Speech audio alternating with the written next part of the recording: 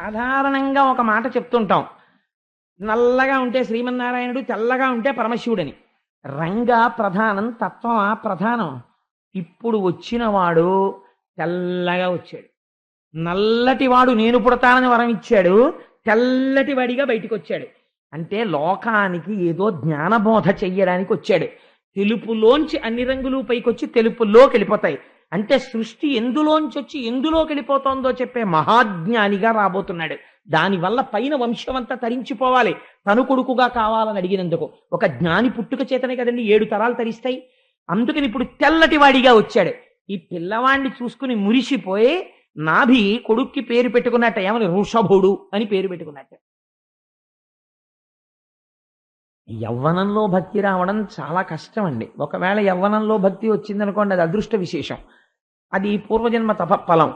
అలా కాకుండా చాలా చిన్నతనంలో వచ్చిందనుకోండి ఎవరికైనా, దానికి ఏదో బలీయమైనటువంటి కారణం ఉండాలి. లేకుండా అది అలా చిన్నతనంలో భక్తి రమ్మంటే వచ్చేటటువంటిది కాదు.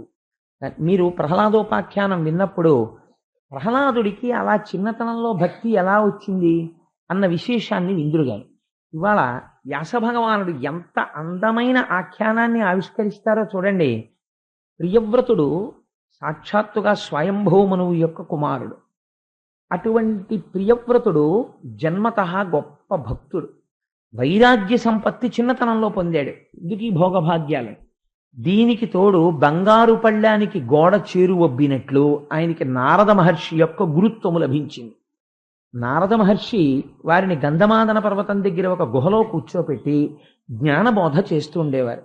ఇంత జ్ఞానాన్ని పొంది, ఇంత భక్తి పొంది, ఇంత వైరాగ్యాన్ని పొందినటువంటి వాడు ఎంతటి స్వయంభౌమనువుకి కుమారుడైతే మాత్రం ఏమిటి, ఆయన రాజ్యం స్వీకరిస్తాడా? స్వీకరించాడు. అందుచేత ఒకనాడు తండ్రి గారు వెళ్ళి కుమారుణ్ణి అడిగాడు, నాయన నీకు పట్టాభిషేకం చేద్దాం అనుకుంటున్నాను, నీకు నీ తోడ పుట్టినటువంటి వాడికి ఇద్దరికీ సమానంగా రాజ్యం ఇద్దాం అనుకుంటున్నాను, నువ్వు వచ్చి రాజ్యమును పరిపాలన చెయ్యవలసినది. నేను ఇంక ఈ రాజభోగముల యందు విరక్తి చెంది ఉన్నాను. ఈ మాట చాలా కష్టం అండి, కథలో చెప్పినంత తేలికేం కాదు. నేను విరక్తి చెందాను, అందుకని నేను తపస్సుకి వెళ్ళిపోతున్నాను, అందుకని నువ్వు వచ్చి రాజ్యాన్ని స్వీకరించు అన్నాడు. అంటే ప్రియవ్రతుడు ఒక గమ్మత్తైన మాట అన్నాడు. ఈశ్వరుణ్ణి కదిపేవి ఏవి కదుపుతాయో తెలుసా అండి? చాలా గమ్మత్తైనటువంటి మాటలే కదుపుతాయి ఆయన్ని. ఒక ఆశ్చర్యకరమైనటువంటి మాట ఒకటి అన్నాడు ఆయన. ఆయన ఏమన్నాడంటే, నాకు ఈ ప్రకృతి యొక్క సంబంధము, దీని యొక్క బంధనము గురించి నాకు బాగా తెలుసు. ఈ శరీరముతో వచ్చినటువంటిది బంధనములను పెంచుకొని అవిద్యయందు, కామక్రోధముల యందు, అరిషడ్వర్గముల యందు కూరుకుపోవడానికి కాదు. పైగా నేను ఒకసారి రాజ్యం ఏలడం మొదలుపెట్టి అంతఃపురంలో జీవనం చేయడం ప్రారంభిస్తే నా అంత నేను తెలియకుండానే గోతిలో పడిపోతాను. అందుకని నాన్నగారు నాకు రాజ్యం అక్కర్లేదు, నేను ఇలాగే ఉండి ఈశ్వరుణ్ణి చేరుకుంటాను, భగవంతుడి గురించి తపిస్తానన్నాడు. ఈ మాట వినగానే కదిలిపోయిన వాడు ఎవరో తెలుసా అండి? చతుర్ముఖ బ్రహ్మగారు కదిలారు. ఇది ఆశ్చర్యం. కదిలి ఆయన గబగబా వచ్చాట. హంసవాహనుడగుచు ఇంద్రాదులెల్లగదిసి సేవింప బ్రహ్మలోకమున నుండి సన్మునీంద్రులు తన్ను ప్రశంస చేయ అల్లనల్లనయుడి వీధి నరుగుదించే. హంసవాహనం ఎక్కి పక్కన ఇంద్రాది దేవతలు కొలుస్తుండగా, సన్మునులైన వాళ్ళందరూ స్తోత్రం చేస్తుండగా ఆ బ్రహ్మగారు భూమి మీదకి దిగొచ్చాడు. ఎందుకు రావాలి అంటే, ప్రజోత్పత్తిని చేసి రాజ్య పరిపాలన చేసి ధర్మాన్ని నిర్వహించమని స్వయంభౌమనువుని చతుర్ముఖ బ్రహ్మగారు సృష్టించారు. బ్రహ్మగారు ప్రజోత్పత్తిని చేసి ఈయన ప్రియవ్రతుణ్ణి, ఉత్తానపాదుణ్ణి సృష్టించాడు. ఇప్పుడు ఈ ప్రియవ్రతుడు ఈశ్వరాభిముఖుడై వెళ్ళిపోతానంటున్నాడు, నేను సంసారమునందు ప్రవేశించనంటున్నాడు. ఇప్పుడు బ్రహ్మగారు ఊరుకున్నారనుకోండి, ఇదే లోకమున కట్టుబాటు అయిపోతుంది. అంటే గృహస్థాశ్రమమునందు ప్రవేశించడం అనేటటువంటిది అత్యంత ప్రమాదకరము. కాబట్టి దాని యందు ప్రవేశించరాదు. ఒకవేళ ఎవరైనా తెలియక ప్రవేశించాడు అనుకోండి గృహస్థాశ్రమంలో, అప్పుడు ఇంకా పెళ్లికి వెళ్ళి అక్షతలేయడం అన్నది ఏమైపోతుందంటే పరమ పాపకర్మ చూడ్డానికి వెళ్ళడం కింద అయిపోతుంది. అప్పుడు వైదికమైనటువంటి సంప్రదాయంలో వివాహం అనేటటువంటిది, సంసారంలో ఉండడం అన్నది, గృహస్థాశ్రమం అన్నది పావనం ఎలా అవుతుందండి? కాబట్టి ఇప్పుడు ఏదో అయోమయం ఉంది ప్రియవ్రతుని యందు. గృహస్థాశ్రమము అనేటటువంటిది అరిషడ్వర్గములకు నిలయము, అందుకని నేను రానంటున్నాడు. అది యథార్థమైతే ప్రియవ్రతుడు నిజంగా గృహస్థాశ్రమంలోకి ప్రవేశించలేదనుకోండి, తరించాడో తర్వాత తరించలేదో తరువాతి మాట. కానీ అది మాత్రం ఒక మహాపురుషుడు ఏది ఆచరిస్తాడో అది దేశమునకంతటికీ సంప్రదాయం అవుతుంది. తర్వాత వాళ్ళు ఏమంటారు, ఇంకా వంశం ఉత్పత్తి ఎక్కడుంటుంది? ఉత్తానపాదుడి వైపు ఉంటుంది. ఉత్తానపాదుడి వైపు ఉన్న తర్వాత వాళ్ళు మా వంశంలో ఫలానా ప్రియవ్రతుడు అసలు గృహస్థాశ్రమంలోకి వెళ్ళడానికి భయపడ్డాడు, మేమెందుకు వెళ్ళాలని వెళ్ళడం మానేశారనుకోండి, ఇంకా ప్రజోత్పత్తి ఎక్కడుంటుంది అసలు? మరి అలాంటప్పుడు ప్రజోత్పత్తి చెయ్యమని బ్రహ్మగారు స్వయంభూమనుడికి చెప్పిన మాటకి విలువ ఏముంది అసలు? అసలు గృహస్థాశ్రమం అనేటటువంటి ఒక ఆశ్రమాన్ని ఎందుకు ఏర్పాటు చేసినట్టు? ఇది సత్యమా అసత్యమా? ఉండొచ్చా ఉండకూడదా? ఇందులో ఉండడం ప్రయోజనకరమేనా అప్రయోజనమా? ఇందులోకి మరి ఎందుకు ప్రవేశిస్తున్నట్టు? వైదిక మంత్రాలతో వివాహాలు ఎందుకు చేస్తున్నట్టు? ఇది సక్రమమా అక్రమమా? ఇప్పుడు నిర్ధారింపబడాలి.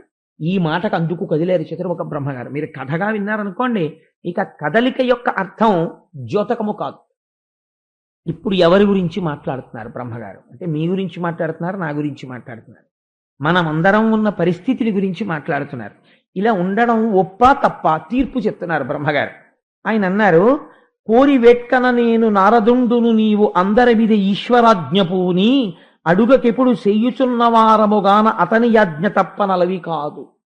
ఆయన ప్రియవ్రత, నీ అంతట నువ్వు ఒక నిర్ణయానికి వస్తున్నావు. ఏమని? నేను సంసారములో ప్రవేశించను.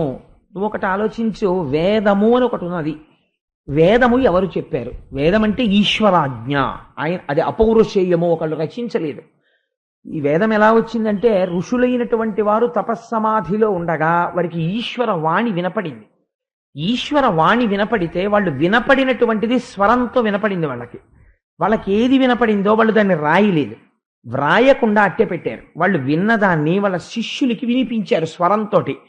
శిష్యులు ఆ స్వరంతో అందుకున్నారు, చెవితో విన్నారు.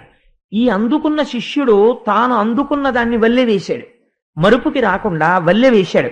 పొరపాట్న కాలగతిలో మంత్రంలో ఒక శబ్దం మారుతుందేమోనని ఘన జట వచ్చాయి. అందుకే మీకు శ్లోకాలకి పద్యాలకి ఘన జట ఉండవు, వేదానికే ఘన జట ఉంటాయి. ఘనాపాటి గారండి, ఆయన జట చెప్తారు వినండి అంటారు. జట చెప్తారంటే ఏం చేస్తారు? నమ సోమాయిచ రుద్రాయిచ. మన సుబ్రహ్మణ్య శర్మ గారు లేరేమో సభలో, ఉన్నారేంటి? మహానుభావుడు ఇక్కడే ఉన్నారు.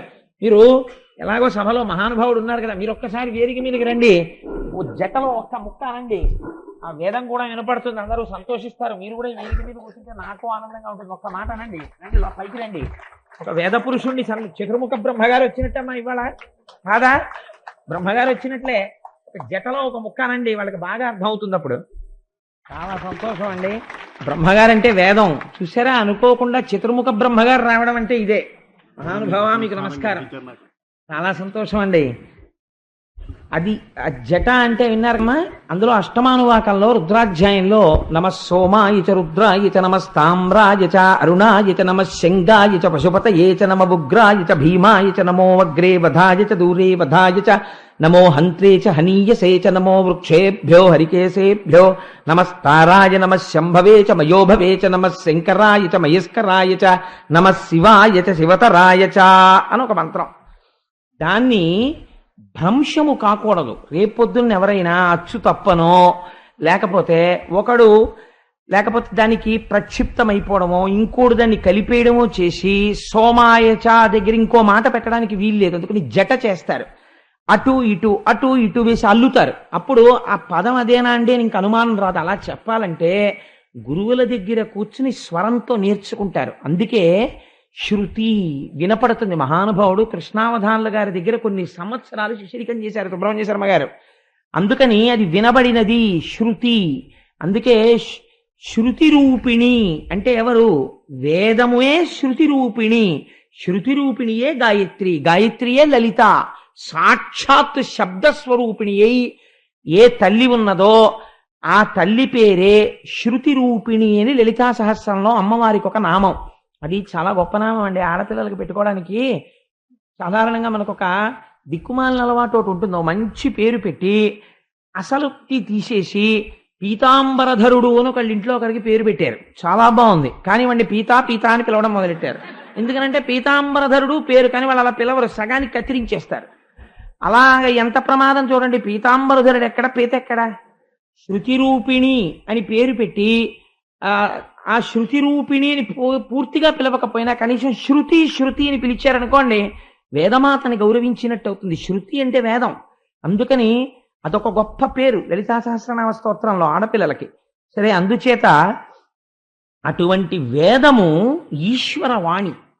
బ్రహ్మగారు అంటున్నారు, ఏమయ్యా ప్రియవ్రత, నీయంత నువ్వు ఒక నిర్ణయానికి వస్తున్నావు, గృహస్థాశ్రమము ప్రమాదకరము, నేను వెళ్ళనంటున్నావు. నీకు నాకు సమస్త లోకపాలులకు బ్రాహ్మణులకు అందరికీ ఎవరి వాక్కు శిరోధార్యమో ఒక ప్రమాణం ఏమైనా ఉన్నదా? ఇది ఏ ప్రమాణమో అని చెప్పడానికి మనకి ఏదైనా వాక్కు ఉన్నదా? ఉన్నది. ఏది ఉన్నది? అదే ఆయన చెప్తున్నారు. ఈశ్వరాజ్ఞ పూని అడుగకెప్పుడు చేయుచున్న వారముగాన అతని యాజ్ఞ తప్పనలవి కాదు. మనం ఏది అనుభవించినా, ఏది చేసినా, ఏది ప్రమాణమై ఉంటుంది? వేదమే ప్రమాణము. వేదము ప్రమాణము కాదని మీరు సొంత నిర్ణయం తీసుకుని ప్రవర్తించారనుకోండి, నాస్తికుడు అని పిలుస్తారు. ఈశ్వరుడు లేడన్న వాడిని నాస్తికుడు అనరు, వేదము ప్రమాణము కాదన్న వాడిని నాస్తికుడు అంటారు. అందుకే వేదము కనపడినా, వేద పండితుడు కనపడినా వెంటనే నమస్కరించవలసినదే. అది బ్రహ్మగారి యొక్క ముఖస్వరూపము. సాక్షాత్తుగా ఈశ్వరుడు యొక్క ముఖమునందుంటాడు వేదం చెప్పిన పండితుడు. అందుకే బ్రాహ్మణోస్య ముఖమాసీత్ బాహూరాజన్యకృత. బ్రహ్మగారి యొక్క స్వరూపమే. చూడండి, ఈశ్వరానుగ్రహం అంటే చతుర్ముఖ బ్రహ్మగారు వచ్చారనేటప్పటికీ ఎందుకుంటారు అని కూడా ఆలోచన లేకుండా గబుక్కుని నేను సుబ్రహ్మణ్య శర్మ గారు ఉంటే బాగుండు సభలో అన్నాను, గారు వచ్చారు వేదిక మీద. కంటే బ్రహ్మగారు వచ్చినట్టే సభలో. నేను వారి నోటంటే ఆ మాట వినపడింది ఇవాళ. ఇదే భాగవతం సార్థకత పొందడం అంటే. అందుచేత ఆయన అన్నారు, ఆ ఈశ్వర వాక్కు ఏది ఉన్నదో అది మనకి ప్రమాణము. ఆ ఈశ్వర వాక్కు మనకేమని చెప్తోంది? మానవుడు తరించడానికి అవరోధము ఒకటి ఉన్నది. అవరోధమును నువ్వు వైరాగ్య సంపత్తి చేత, భక్తి చేత మార్చుకొనగలిగితే నీకది బలము అయి ఉన్నది. కన్ను ఉన్నది, మీరు జాగ్రత్తగా గమనించండి. నాశనం అయిపోవడానికి కన్ను ఒక్కటి చాలు. అజామీలుడు దేనివల్ల పాడైపోయాడండి? ఒక్క కంటితో ఒక్క దృశ్యమును చూసి జీవితం పాడైపోయాడు. ఒక్క మాట నోటితో పలికి ఊర్ధ్వలోకాలకు వెళ్ళిపోయాడు. ఇప్పుడు ఏమైంది? ఒక ఇంద్రియం నశింపచేస్తోంది, ఒక ఇంద్రియం రక్షించేస్తోంది. ఇంద్రియం రక్షిస్తుందా, ఇంద్రియం నశింపచేస్తుందా? ఇంద్రియానికి సంబంధం లేదు. ఇంద్రియాన్ని మీరెలా వాడుకుంటున్నారు అన్నదే ప్రమాణం, అంతే. ఈశ్వరుడు మీకు సాధన సంపత్తులు ఇచ్చాడు. ఒక పిల్లవాడిని తండ్రి నమ్మాడు. నమ్మి, నాన్న బాగా చదువుకో అని ఒక 5,000 రూపాయలు ఇచ్చి చదువుకోవడానికి పంపించాడు. ఆ పిల్లవాడు 5,000 రూపాయలు పెట్టి, నాన్నగారు 3,000 రూపాయలు పెట్టి నేను మంచి మంచి పుస్తకాలు కొనుక్కుని చదువుకుంటున్నాను నాన్నగారు, ఇంకొక 2,000 పంపండి అన్నాడు. తండ్రి సంతోషపడిపోయి ఇంకో 2,000 పంపుతాడు. ఆ 3,000 రూపాయలు వాడు దురభ్యాసాలకి ఖర్చు పెట్టాడు అనుకోండి. ఇక్కడున్న తండ్రి తప్ప డబ్బు పంపడం? ఆయన తప్పు కాదు. ఈశ్వరుడు ఇంద్రియాలు ఇవ్వడం తప్పు కాదు. ఈశ్వరుడు ఇంద్రియాలు ఇచ్చినది దేనికి? మీరు బాగా గుర్తు పెట్టుకోవలసిన విషయము. ఇంద్రియాలని ఎందుకు ఇచ్చాడో తెలుసా? మీరు బాగా గమనిస్తే ఇంద్రియాలని ఇవ్వడానికి ప్రధానమైన కారణము, వర్షాకాలంలో, వేసవి కాలంలో ఎండవేడిమికి, వర్షాకాలపు నీటి ధారకి తట్టుకోలేమని మీరు ఇల్లు ఎలా కట్టుకున్నారో ఈశ్వరుడు మీకు ఇంద్రియాన్ని అందుకు ఇచ్చాడు. బయట భోగోపకరణములు ఉంటాయి, ఇక్కడ భోగం అనుభవించాలన్న తృష్ణ ఉంటుంది. ఇంద్రియం దానికి మీరు ఉపయోగించకుండా పట్టుకుని అట్టెపెట్టారనుకోండి, బలవంతంగా అట్టెపెట్టారనుకోండి, అది ఎప్పుడో అప్పుడు ఆ సుఖాన్ని కోరుతూనే ఉంటుంది. అసలు పుట్టిన దగ్గర నుంచి ఎప్పుడూ వాడికి అసలు గోంగూర పప్పు అంటే ఏమిటో తెలియదు అనుకోండి. తెలియకుండా ఒక పిల్లాన్ని, షడ్రుచులతో ఒక పిల్లవాడిని పెంచుతున్నారు అనుకోండి. మీరు ఊహ చేయండి. చేస్తే ఒక పిల్లవాడికి మీరు షడ్రసోపేతమైన భోజనం పెడుతున్నారు. ఒక పిల్లవాడిని ఏదో చాలా పెద్ద పండితుడిని చెయ్యాలి, వాడిని గొప్ప వైరాగ్యవంతుడిని చెయ్యాలని వాడికి మీరు రోజు చప్పిడి మాత్రమే పెడుతున్నారు. ఇప్పుడు నేను చప్పిడి పెడుతున్నాను కాబట్టి వీడు మహాపండితుడైపోతాడని మీరు అనగలరా? నేనంటాను, చప్పిడి తింటున్నవాడు షడ్రసోపేతమైన పదార్థములు తిన్నవాడి కన్నా ప్రమాదకారి కావచ్చు. ఎందుకని? వాడు రోజు షడ్రసోపేతమైన పదార్థములు తింటున్న వాడిని చూస్తున్నాడు. వాడికి లోపల అవి ఎలా ఉంటాయో అన్న కోరిక బలపడిపోతోంది. ఏదో ఒకనాడు అవి కాటు వేస్తాయి. నువ్వెంతకాలం కాపలా కూర్చుంటావు? ఎప్పుడో అప్పుడు వాడు నువ్వు చూడకుండా పప్పు అన్నం కలుపు తినేస్తాడు. ఏమవుతుంది అప్పుడు? కాబట్టి ఈశ్వరుడు చిత్రముఖ బ్రహ్మగారు అన్నారు, రాజు పెద్ద కోట కట్టుకుంటాడు. అంత కోట ఎందుకండి రాజుగారికి? ఒక గచ్చాలదా? చాలదు, కోట ఉండాలి. ఎందుకని? శత్రువు ఒక్కడు రాడు, కొన్ని వేల మంది వస్తారు. ఇన్ని వేల మంది సైనికుల్ని ఎదురొడ్డి పోరాడడానికి వీలైనంత పెద్ద రక్షణ స్థావరము రాజుకు ఉండాలి. దుర్గములో కూర్చుని యుద్ధం చేస్తాడు. అలా భోగోపకరణములనన్నిటినీ అనుభవించడానికి నీకు ఈశ్వరుడు 5 జ్ఞానేంద్రియములు 5 కర్మేంద్రియములు ఇచ్చాడు. కానీ ఒక్క మాట చెప్పాడు, అదే వేదము. ఏం చెప్పాడు? నువ్వు అనుభవించు, నేనేమన్నా. నువ్వు మధురమైన పదార్థము నీకు తినాలనుంది, నువ్వు తిను, హాయిగా తిను. నీకు నేనిచ్చాను అర్థం, ఇందులో శక్తి నేను ఇచ్చాను. నువ్వు కష్టపడ్డావు, నీ దగ్గర 100 రూపాయలు ఉన్నాయి, నీకు చక్కెర పొంగల్ తినాలనుంది, తిను. నీకు పిల్లల్ని కనాలనుంది, కను, తప్పులేదు. ఒక స్త్రీ యందు క్షేత్రముగా స్వీకరించి నీ బీజమును నిక్షేపించు, దోషము లేదు. కానీ ఏది చేసినా ఒక్కటి గుర్తుపెట్టుకో. అందుకే మన వాళ్ళు పూజ చేస్తే ఏదైనా మానచ్చు. అష్టోత్తరం చెప్పే చోట సహస్రం చెప్పచ్చు, సహస్రం చెప్పే చోట అష్టోత్తరం చెప్పచ్చు. అసలు పూజ మారిపోయేది ఎక్కడో తెలుసా అండి? అసలు ఆవాహన దగ్గర ఆచమనం, అర్ఘ్యం, పాద్యం, స్నానం, యజ్ఞోపవీతం, ఈ మంత్రాల దగ్గర ఎప్పుడూ పూజ మారదు. ఎక్కడ మారుతుందో తెలుసా అండి? పుష్పార్చనకి సంబంధించినటువంటి మంత్రం వస్తుంది శ్రీ సూక్తంలో కానీ పురుష సూక్తంలో కానీ. ఇక్కడ పూజని మీరు ఎక్స్పాండ్ చేయొచ్చు. మీకు టైం లేకపోతే మీరు ఆ పూజని తగ్గించేయచ్చు. ఎలా తగ్గించవచ్చు? నేను ఒక రోజున చాలా ముఖ్యమైన పని మీద వెళ్ళిపోవాలి, నాకు టైం లేదు. నేను ఆ రోజున ఏం చేస్తానంటే, శ్రీరామ రామ రామే తిరమే రామే మనోరమే సహస్రనామ తత్తుల్యం రామనామ వరాననే అని ఒక్క పువ్వు స్వామి పాదాల మీద పెట్టి అంతే నైవేద్యం పెట్టేస్తాను. ఏమైంది? అంతే, నేను సహస్రార్చన చేసినట్టే. యథార్థముగా నాకు సమయం లేకపోతే ఆ రోజున అనుకోకుండా ఏదైనా ఉపద్రవం వచ్చింది, వెళ్ళిపోవాలి తొందరగా, అప్పుడు నేను అదొక్కటి చెప్పి వెళ్ళిపోవచ్చు. నాకు టైం ఉన్నది. కానీ సహస్రం చెప్పేంత టైం కాదు. అష్టోత్తరం చెప్పచ్చు. కాదు, ఇవాళ ఆదివారం టైం ఉంది, సహస్రం చెప్పచ్చు. సహస్రం చెప్పి ఇంకా టైం ఉంది, లక్ష్మీ సహస్రం చెప్పచ్చు. కాదు, నీకు ఇంకా టైం ఉంది, శివకేశవ అభేదంగా శివ సహస్రం చెప్పచ్చు. పూజని మీరు ఎంతైనా ఎక్స్పాండ్ చేయొచ్చు. కానీ మీరు అర్ఘ్యం దగ్గర ఎక్స్పాండ్ చేయండి పూజని. You can't do it. మీరు చేయలేరు దాన్ని. మానసికంగానైనా మీరు ఎంతసేపు చేస్తారండి అర్ఘ్యాన్ని? చేతులు పడితే కాస్త నీళ్లు పోస్తారు, అంతేగాని అర్ఘ్యం దగ్గర ఆరాధ్య అంటూ కూర్చుంటారేంటి? మీరు కూర్చోలేరు. పూజని అర్చన దగ్గర మాత్రమే మీరు పెంచగలరు, ఇతరమైన చోట్ల మీరు పూజని పెంచలేరు. అలా పెంచకూడదు కూడా, దోషయుక్తం అది. అలా మీరు ఏది చేసినా ఒకటి మాత్రం మార్చడానికి వీల్లేదు పూజలో. ఏది మార్చకూడదు అంటే ధర్మ అర్థ కామ మోక్ష చతుర్విధ పురుషార్థ ఫల సిద్ధ్యర్థం అని చెప్పి పూజ చేస్తారు. గృహస్థాశ్రమంలో ఉన్నవాడు నేను నాశనం అయిపోవడానికి, నా శరీరం తొందరగా పడిపోవడానికి అని పూజ చేయకూడదు. నిన్ను నమ్మి వెనకాల కొంతమంది ఉన్నారు, నువ్వు తాళి కట్టిన పాపానికి. అందుకని ధర్మార్థ కామ మోక్ష చతుర్విధ పురుషార్థ ఫల సిద్ధ్యర్థం, ఈ పురుషార్థములను అడగాలి. అర్థము ధర్మముతో కలపాలి, కామము ధర్మంతో కలపాలి. అప్పుడు ఏమైంది? మోక్షం వస్తుంది. నేను తరచు ఒక మాట చెప్తుంటాను, మీకు ఒక 10 అడుగుల కర్ర తీసుకొచ్చి ఇచ్చి, లేకపోతే తేలికగా అర్థం అవడానికి ఒక 8 అడుగుల కర్ర తెచ్చిచ్చి, అయ్యా దీన్ని సమానమైనటువంటి పొడుగున్న 4 ముక్కలు చెయ్యండి అని మిమ్మల్ని అడిగారు అనుకోండి, మీరు 4 ముక్కలు చేయడానికి ఎన్ని మాటలు నరుకుతారు? 8 అడుగుల కర్రని 4 సమానమైన పొడుగున్న ముక్కలు చేయాలంటే ఒక్కొక్క అడుగు, ఒక్కొక్క ముక్క ఎన్ని అడుగులు ఉండాలండి? 2 అడుగులు ఉండాలి. అది చాలా సామాన్యమైన విషయం. దానికి ఏం పెద్ద మ్యాథమెటికల్ ఎబిలిటీస్ ఏం అక్కర్లేదు. ఒక్కొక్క ముక్క 2 అడుగులు ఉంటే 4 2 8. కానీ ఎన్ని మాటలు నరుకుతారు? కర్ర పెట్టి 2 అడుగులు చూసి ఓసారి నరుకుతారు, ఓ ముక్క వచ్చేసింది. మళ్ళీ 2వ మాట నరుగుతారు, 2వ ముక్క వచ్చేసింది. 3వ మాట నరుగుతారు, 4 అడుగుల ముక్కలో ఇటో ముక్క వచ్చేసాయి. ధర్మబద్ధమైన అర్థము, ధర్మబద్ధమైన కామము మోక్షమునకే దారి తీసేస్తాయి. కాబట్టి ఇది ఈశ్వర వాక్కు. నీవు అర్థకామములను అనుభవించకపోతే ఇంద్రియములు పగబడతాయి, పతనమైపోతావు. ఎప్పుడవుతావు తెలియదు. భావన మాత్రము చేత పతనమైపోవచ్చు. కాబట్టి ఏం చేస్తావు? దుర్గమునందు కూర్చుని నువ్వు యుద్ధం చెయ్యి. నీకు వచ్చినటువంటి బాధ ఏం లేదు. నీకు రాజ్యం ఎందుకు అక్కర్లేదు? ఈశ్వర దత్తమి రాజ్యమో అనుకుని నువ్వు రాజ్య పరిపాలన చెయ్యి. ఈశ్వర దత్తము నాకు ఈ భోగము అనుకుని ధర్మబద్ధమైన భోగాన్ని అనుభవించు. ఈశ్వర దత్తము నాకు ఈ అనుభూతి అనుకుని నువ్వు ఆ అనుభూతిని అనుభవించు. ఏది చేసినా ముందు మాత్రం ఒకటి కలుపుకుంటుండు, ఇది ఈశ్వరానుగ్రహము, ఈశ్వరానుగ్రహము, ఈశ్వరానుగ్రహము అంటుండు.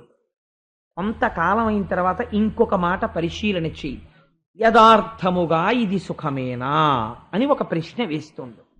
నిజంగా ఇది సుఖమైతే ఎప్పుడూ అది సుఖాన్నే ఇస్తూ ఉండాలి. కానీ సుఖము అనబడిన వస్తువు ఒక్కొక్కసారి దుఃఖమును ఇచ్చుచున్నది, దుఃఖ కారణమగుచున్నది. నేను తరచు చెప్తుంటాను దానికి ఉదాహరణ. ఏదో మీకు ఇష్టమైనటువంటి పదార్థాన్ని కొంత నోట్లో వేసుకున్నారనుకోండి బాగుంటుంది, కొంచెం ఎక్కువ వేసుకున్నారనుకోండి దుఃఖం వస్తుంది, అబ్బో వద్దనిపిస్తుంది. కాబట్టి వస్తువు సుఖమా దుఃఖమా? సుఖము కాదు దుఃఖము కాదు, మీ మనస్సు యొక్క భావన. కాబట్టి మీరు అలా పరిశీలించగా జగత్తులో ఉన్నటువంటి వస్తువులతో కూడిన సంగము కేవలం దుఃఖహేతువే, వాని ఎందు సుఖము లేదు అని అర్థమైపోతుంటుంది. ఇలా అర్థం అవగా వైరాగ్యం వస్తుంది. ఇప్పుడు వైరాగ్యం వచ్చేసిన తర్వాత ఇంద్రియాలు తిరగబడవు, ఎందుకంటే వాటి అనుభవంతో తెలుసుకున్నాడు అది సుఖం కాదని. తిరగబడిన ఇంద్రియములు తనకి ఆస్తిగా మారిపోతాయి ఈశ్వరార్చన చేయడంలో. ఇప్పుడు సుఖం ఎక్కడుందో తెలుసుకున్నాడు. కళ్ళు ఈశ్వరుణ్ణి చూడడంలో అలసట పొందవు, చేతులు ఈశ్వరుడి అర్చన చెయ్యడంలో అలసట పొందవు, ముక్కు సువాసన చూడడంలో, ఈశ్వర నిర్మాల్యాన్ని సువాసన చూడడంలో అలసట పొందదు. ఇంకా చూపించు అంటుంది. అప్పుడు ఏమైంది? భక్తి వైరాగ్యముల చేత జ్ఞానము కలుగుతుంది, ఏ వస్తువుని పొందాలి అన్నది తెలుస్తుంది. అదే సత్యం తెలుసుకోవడం. సత్యం అంటే మారనిది, ధర్మం అంటే మారునది. ఇంతే. మీరు జాగ్రత్తగా గుర్తుపెట్టుకుంటే చాలా తేలికండి. మారిపోతున్న దాన్ని పట్టుకుని మారని దాంట్లోకి వెళ్ళాలి. ధర్మం అంటే ఏమిటో తెలుసా అండి? ఎవర్ చేంజింగ్, ప్రతి క్షణం మారిపోయేదాన్ని ధర్మం అని పిలుస్తారు. ఎందుకు అలా పిలుస్తారో అని మీరు నన్ను అడగచ్చు. ఇప్పుడు నేను ఇక్కడ కూర్చున్నాను, మీ అందరికీ నేను ప్రసంగం చేసేటప్పుడు నేను ఒక పౌరాణిక ధర్మం పాటించాలి. నేను కిందకి దిగిపోతాను. దిగిపోయిన తర్వాత మా దొరగారు నా దగ్గరికి వస్తారు. అప్పుడు నేను వారితో మాట్లాడేటప్పుడు వారిని నేను ఒక తండ్రిగా గౌరవిస్తే వారి పట్ల పుత్రుడు ఎలా ప్రవర్తిస్తాడో అంత గౌరవంగా ప్రవర్తించాలి. ఆ తరువాత నేను ఆ స్వామి మందిరానికి వెడతాను. వెడితే అక్కడ నేను ఒక భక్త ధర్మాన్ని పాటిస్తాను. అక్కడ నుంచి ఇంటికి వెళ్ళిన తర్వాత నా కూతురు కనపడుతుంది, పితృధర్మాన్ని పాటిస్తాను. నా భార్య కనపడుతుంది, భర్తృధర్మాన్ని పాటిస్తాను. ఈ ఒక ధర్మం ఉందా? మారిపోతుంది. ఏకాదశి నాడు ఉపవాసం ధర్మం, ద్వాదశి నాడు ఎంత తొందరగా అన్నం తినేస్తే అంత పుణ్యం. యథార్థం అంతేనంటే పారణ ధర్మం ద్వాదశి నాడు తొందరగా భోజనం చేయమని చెప్పింది శాస్త్రం ద్వాదశి నాడు. కాబట్టి ఏమైంది? ఏకాదశి నాడు ఉన్న ధర్మం ద్వాదశి నాడు లేదు. భార్య ముందు ఉన్న ధర్మం తల్లి దగ్గర లేదు, తల్లి దగ్గర ఉన్న ధర్మం తండ్రి దగ్గర లేదు, తండ్రి దగ్గర ఉన్న ధర్మం ఆఫీసర్ గారి దగ్గర లేదు, ఆఫీసర్ గారి ధర్మం అతిథి దగ్గర లేదు. ధర్మం మారుతోంది. మారుతున్న ఇన్ని ధర్మాల్ని నువ్వు జాగ్రత్తగా అనుష్ఠిస్తే మారని సత్యమును తెలుసుకుంటావు. సత్యమే ఈశ్వరుడు. ఆ ఈశ్వరుడు తెలుస్తాడు. అందుకని నువ్వు ఇప్పుడు మారుతున్న ధర్మాన్ని అనుష్ఠానం చేయడానికి ఎందులో ఉండాలి? గృహస్థాశ్రమంలోకి వెళ్ళాలి. గృహస్థాశ్రమంలోకి వెళ్ళిన తరువాత నీకు వచ్చిన జ్ఞానము స్థిరమైన జ్ఞానమయ్యా. అందుకని నువ్వు అందులోకి ప్రవేశించు. నీకు వచ్చిన దోషం ఏమిటి? నీకు వచ్చిన కష్టం ఏమిటి? ఈశ్వరాజ్ఞని ఉల్లంఘించిన వాడి అవుతావు. లేకపోతే అయితే మీరు నన్ను ఒక మాట అడగచ్చు, ఏమండి మరి గృహస్థాశ్రమంలోకి వెళ్లకుండా కొంతమంది సన్యసించిన వాళ్ళు ఉంటారు, వాళ్ళందరూ తప్పు చేసిన వారా అని మీరు నన్ను అడగవచ్చు. మీరు ఒక విషయాన్ని బాగా జ్ఞాపకం పెట్టుకోండి. ఏ సిద్ధాంతములకైనా కూడా మహాపురుషులైనటువంటి వారి యొక్క మినహాయింపులు ఉంటాయి. శంకర భగవత్పాదులు వివాహం చేసుకోకుండా సన్యసించారు. అంత మాత్రం చేత శంకర భగవత్పాదులు తప్పు చేశారని మీరు చెప్పగలరా? మీరు చెప్పలేరు. ఒక్కొక్క సిద్ధాంతానికి ఎక్కడో ఉంటారు, ఒక మహాపురుషుడో ఇద్దరు మహాపురుషులో ఉంటారు. అటువంటి వారు సర్వకాలముల యందు కూడా లోకమునందు అటువంటి అతీతమైనటువంటి స్థితి చేత తాము చేసినది నిజమే అని నిరూపించుకుంటుంటారు. అందుచేత అవి మనకి చర్చనీయాంశములు కావు, సామాన్యమైన విషయాన్ని ప్రతిపాదన చేస్తున్నాం అంతే. అందుచేత గృహస్థాశ్రమమునందు ప్రవేశించవలే.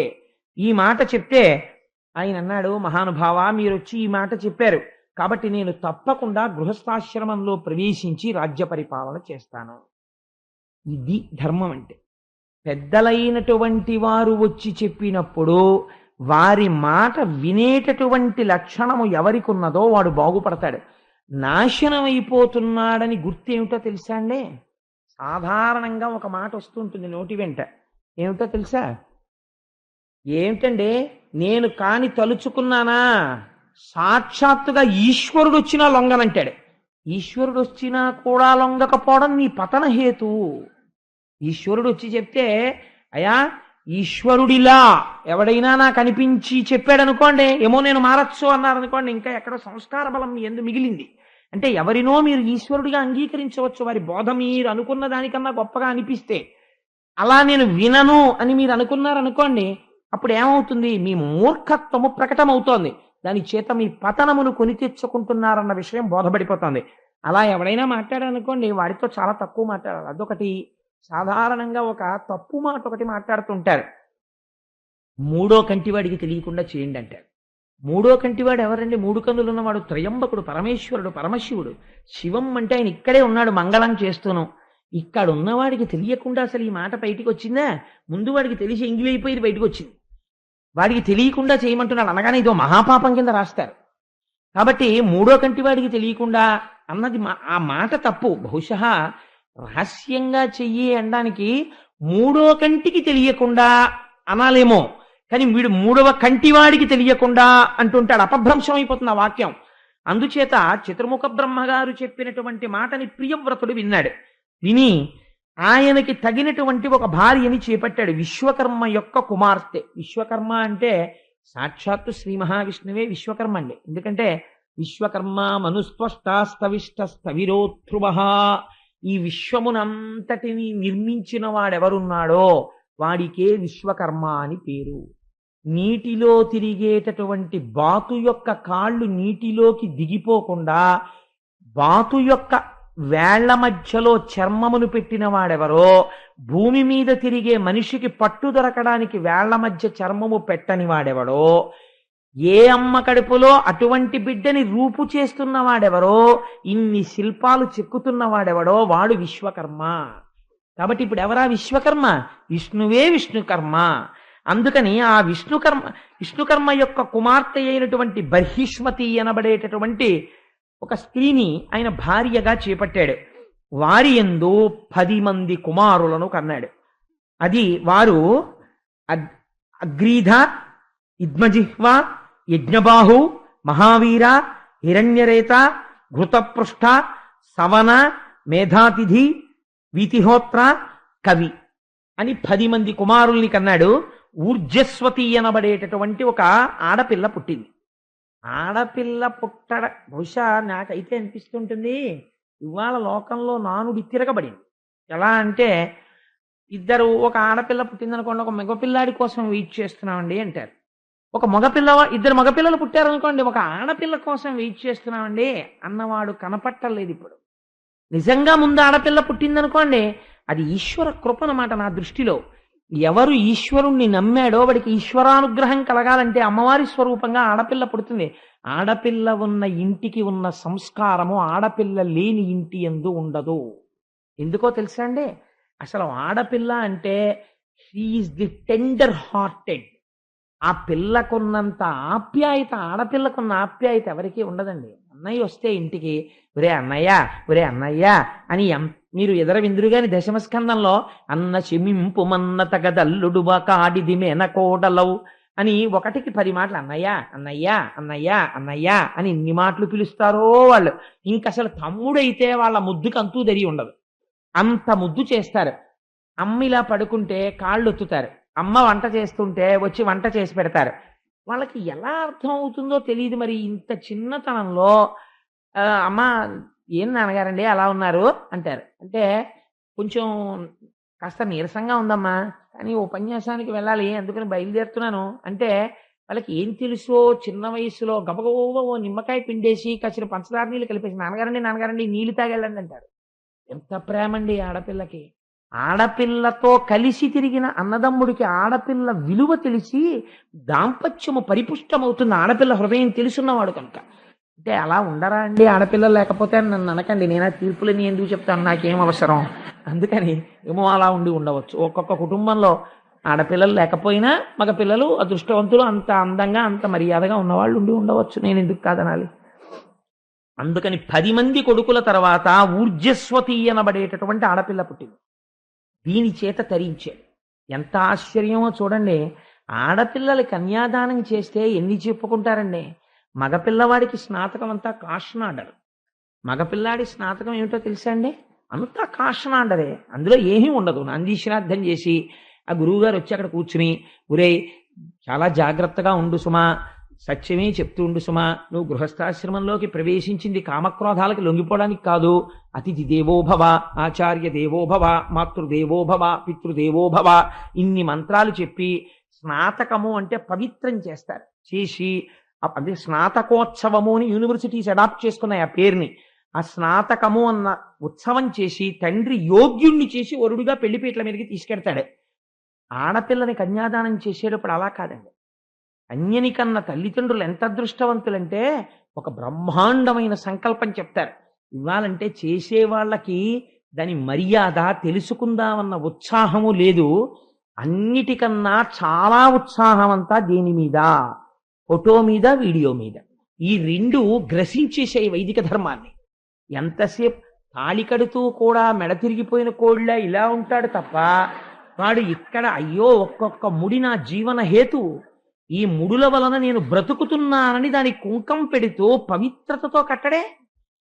జీలకర్ర బెల్లం పెట్టుకుంటూ ఇటు తిరిగి తలంబ్రాలు పోసుకునేటప్పుడు ఇక్కడే ఉన్నారు సుబ్రహ్మణ్య శర్మ గారు, ఎన్ని విషయాలు అడుగుతుందో కన్య. నీ వలన నాకు సంతానము కలుగుగాక, నీవు ఐశ్వర్యవంతుడవగుదువుగాక, ఇన్ని అడుగుతుంటే దేవతలు అందరూ వచ్చి అక్కడ నిలబడతారు. అప్పుడు తలంబ్రాలు పోసుకుంటారు. బ్రాహ్మణులు ఎలా చెప్పారో బ్రహ్మస్థానంలో అక్కడ ఎవరు కూర్చున్నారో వారి మాట విని అంత గౌరవంగా జరగాలి. తెలిసి తెలియని వాళ్ళు వచ్చి పోసేయి పోసేయి నరుపులు, వీళ్ళు పళ్ళాలెత్తి పోసేసుకోవడం, ఆ తర్వాత ఏమండి పిల్లల పొట్టలేదని తిరుగుతుండడం. ఎందుకు వస్తారు? దేవతలు అవమానింపబడలేదు. మంత్రప్రోక్తము బ్రహ్మగారు మంత్రం చదువుతున్నాడు, అనుసంధానముగా క్రతువు లేదు, నీకు మర్యాద లేదు, ఎందుకు దేవతలు నిన్ను అనుగ్రహించాలి? ఉన్నది ఊడిపోతుంది. అందుకని ఏమవుతోంది? వైదిక మర్యాద రోజు రోజుకి అవమానింపబడుచున్నది. ఆడపిల్లని కన్నవాడు కన్యాదానం చేస్తే ఎంత చెప్తాడో తెలుసా అండి? ఇక్కడి నుంచి బ్రహ్మలోకానికి నువ్వు గింజలు పేర్చుకుంటూ వెడితే మళ్ళీ ఆ నువ్వు గింజలన్నీ లెక్క పెడితే ఎన్ని నువ్వు గింజలు వస్తాయో అన్ని సంవత్సరాల పర్యంతము బ్రహ్మలోక ప్రాప్తి. ఇలా ఎంత సంకల్పం చెప్తారో చెప్పి మహాసంకల్పం చెప్పి నారాయణుడిగా భావించి కన్యాదానం చేస్తాడు. ఏది కొడుకు పక్షంలో చూపించండి నాకు ఇంత అల్లరి. వాడు ఒక్కటే చేయగలడు, చచ్చిపోయిన తర్వాత గయాశ్రాద్ధం పెట్టగలడు ఓపిక ఉంటే. లేకపోతే అబ్బా నేను ఎక్కడ వెళ్ళగలండి, ఇప్పుడు గయాన్ని వెళ్ళకపోతే నీ పిడబోయారు, ఇంకా ఎవడో నీకు చేసేవాళ్ళు లేడు. వీడు 1 కోటి రూపాయలు కొడుక్కిస్తాడు, వాడేమో పిఠాపురం నుంచి నల్లావుని తీసుకొచ్చి దానం చేస్తే 5,000 రూపాయలు అయిపోతాయని రూపాయి పావలా ఇచ్చి గోదానం చేసేస్తాడు. ఎంతకైనా అయిపోతుంది గోదానం, నీకు శ్రద్ధ లేకపోతే. ఆయనకే అక్కడ మాత్రం రే చూసావా ఒకసారి వెనక్కి తిరిగి చూడు, నువ్వు ఇచ్చిన దానికి వాడు కర్రావును కూడా తీసుకురాలేదురా అంటారు. వాళ్ళు వైతరిలో పడి కొట్టుకుంటాడు. సరే, అందుచేత ఆడపిల్ల వైభవం అంటే ఏమిటో చూపిస్తున్నారు చూడండి. అందుకని ఊర్జస్వతి అనబడేటటువంటి కన్యని యోగ్యుడైన వారికి ఇచ్చి కన్యాదానం చేయాలి. అందుకని శుక్రాచార్యుల వారికి ఇచ్చి కన్యాదానం చేశాడు. శుక్రుడు గురువు, మహానుభావుడు. ఆయన సామాన్యుడు కాదండి. బృహస్పతి ఎంతటి వాడో శుక్రాచార్యుడు అటువంటి వాడు. మీరు భాగవతంలో విందులుగాని వచ్చేస్తోంది ఇంకెదరెదరా. ఒక్కొక్కసారి బృహస్పతి అంటాడు మీ కర్మ, మీకు ఇవాళ శుక్రాచార్యుల వారి యొక్క అనుగ్రహం రాక్షసులకు ఉన్నట్టు నా అనుగ్రహం మీకు లేదా అవతల బాగున్నాడు. ఓసారి అయితే గురువుగారు వెళ్ళిపోయాడు, కోపం వచ్చి వెళ్ళిపోతే నాశనం అయిపోయారంతే దేవతలు. గురువు అంటే ఎలా ఉంటుందో చూపిస్తారు. శుక్రాచార్యుల వారు నమ్ముకుని బలిచక్రవర్తి ఇంద్రుడిని తరిమవతల పారేశాడు. అటువంటి వాడు శుక్రుడు అంటే సామాన్యుడు కాడు. అటువంటి మంత్రవేత్తకి ఇచ్చి వివాహం చేశాడు. ఆ శుక్రాచార్యుల వారి యందు ఆ ఊర్జస్వతికి దేవయాని అనబడేటటువంటి కుమార్తె జన్మించింది. ఆ తరువాత ఈ ప్రియవ్రతుడు గృహస్థాశ్రమం అనేటటువంటిది చాలా తక్కువ అనుకునే వాళ్ళకి వ్యాస భగవానుడు ఒక మాట చెప్తున్నాడు. ఈ ప్రియవ్రతుడు అంతఃపురంలో కూర్చుని అన్నీ చేశాడు. 10 మంది పిల్లల్ని కన్నాడు, ఆడపిల్లని కన్నాడు, ఈశ్వరానుగ్రహం అన్నాడు. అద్భుతమైన పూజ చేశాడు, ఈ పూజ చెయ్యడం ఈశ్వరానుగ్రహం అన్నాడు. భోగములను అనుభవించాడు, ఈశ్వరానుగ్రహం అన్నాడు. సింహాసనం మీద కూర్చున్నాడు, ఈశ్వరానుగ్రహం అన్నాడు. పరిపాలన చేశాడు, ఈశ్వరానుగ్రహం అన్నాడు. ఏది చేసినా భగవంతుణ్ణి తలుచుకున్నాడు. తలుచుకుంటే గృహస్థాశ్రమంలో ఉన్న ప్రియవ్రతుడు ఏ స్థితిని పొందాడో, సంసారమును వదిలిపెట్టి వెళ్లి హిమాలయాల్లో కూర్చుని కొన్ని వేల సంవత్సరములు తపస్సు చేసినటువంటి ఒక మహాయోగి ఎటువంటి తేజస్సుతో కూడినటువంటి స్థితిని పొందుతాడో అంతటి స్థితిని పొందేశాడు.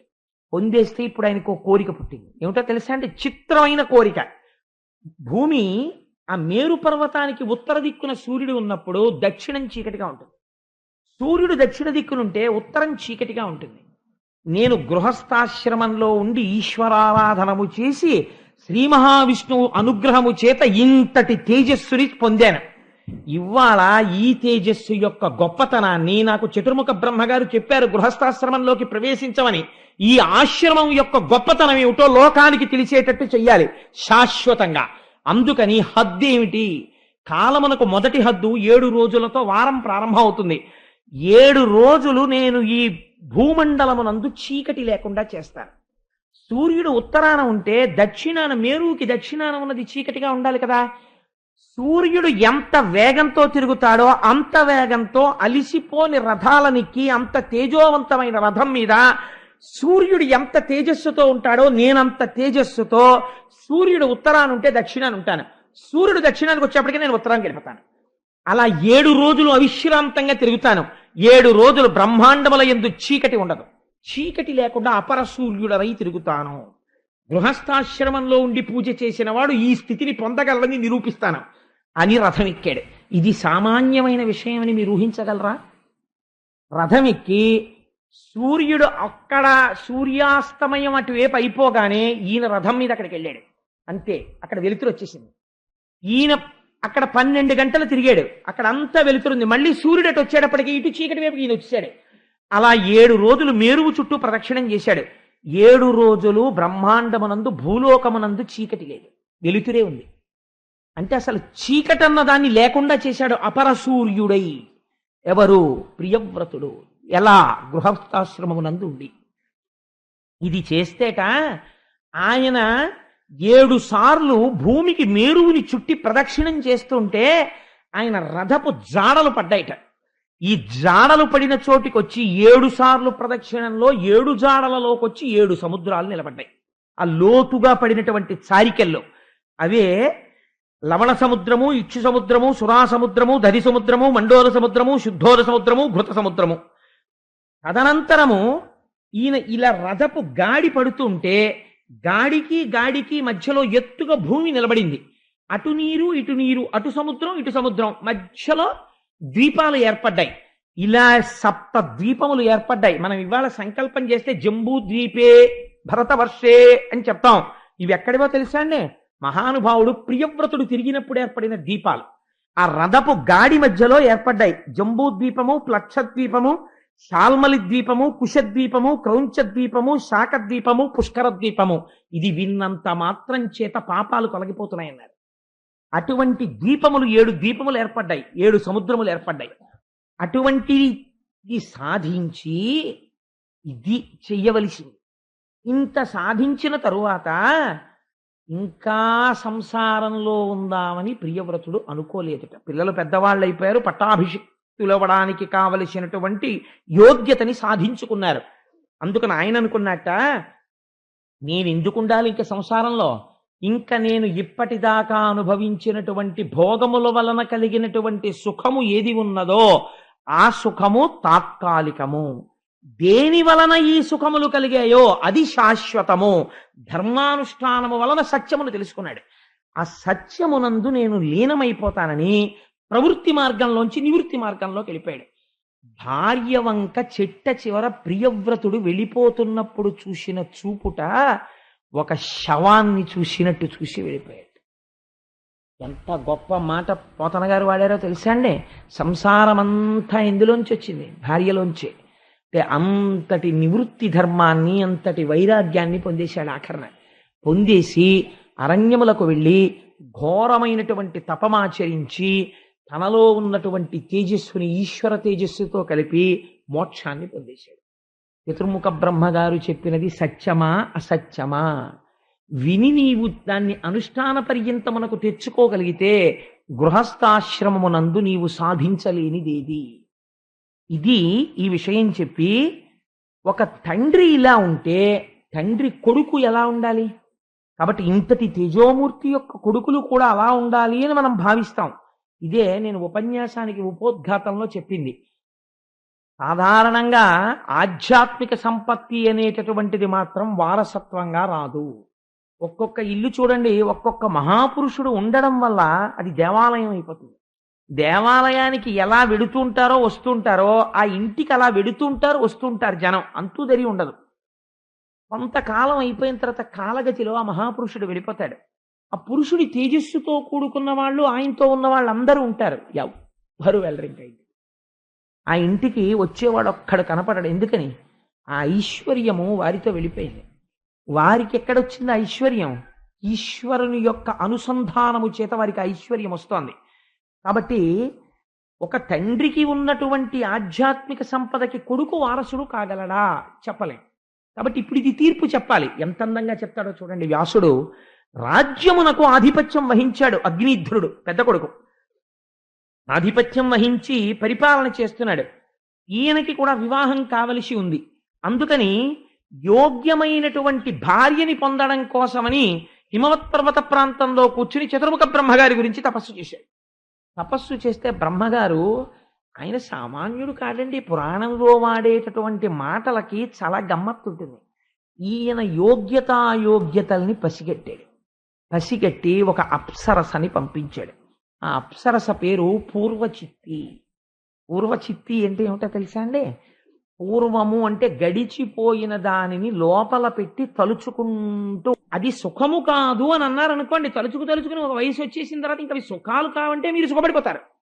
తలుచుకుని ఇంకా ఇప్పుడు అది లేదని ఏడవడం మొదలెట్టారనుకోండి, ఆ భ్రమ.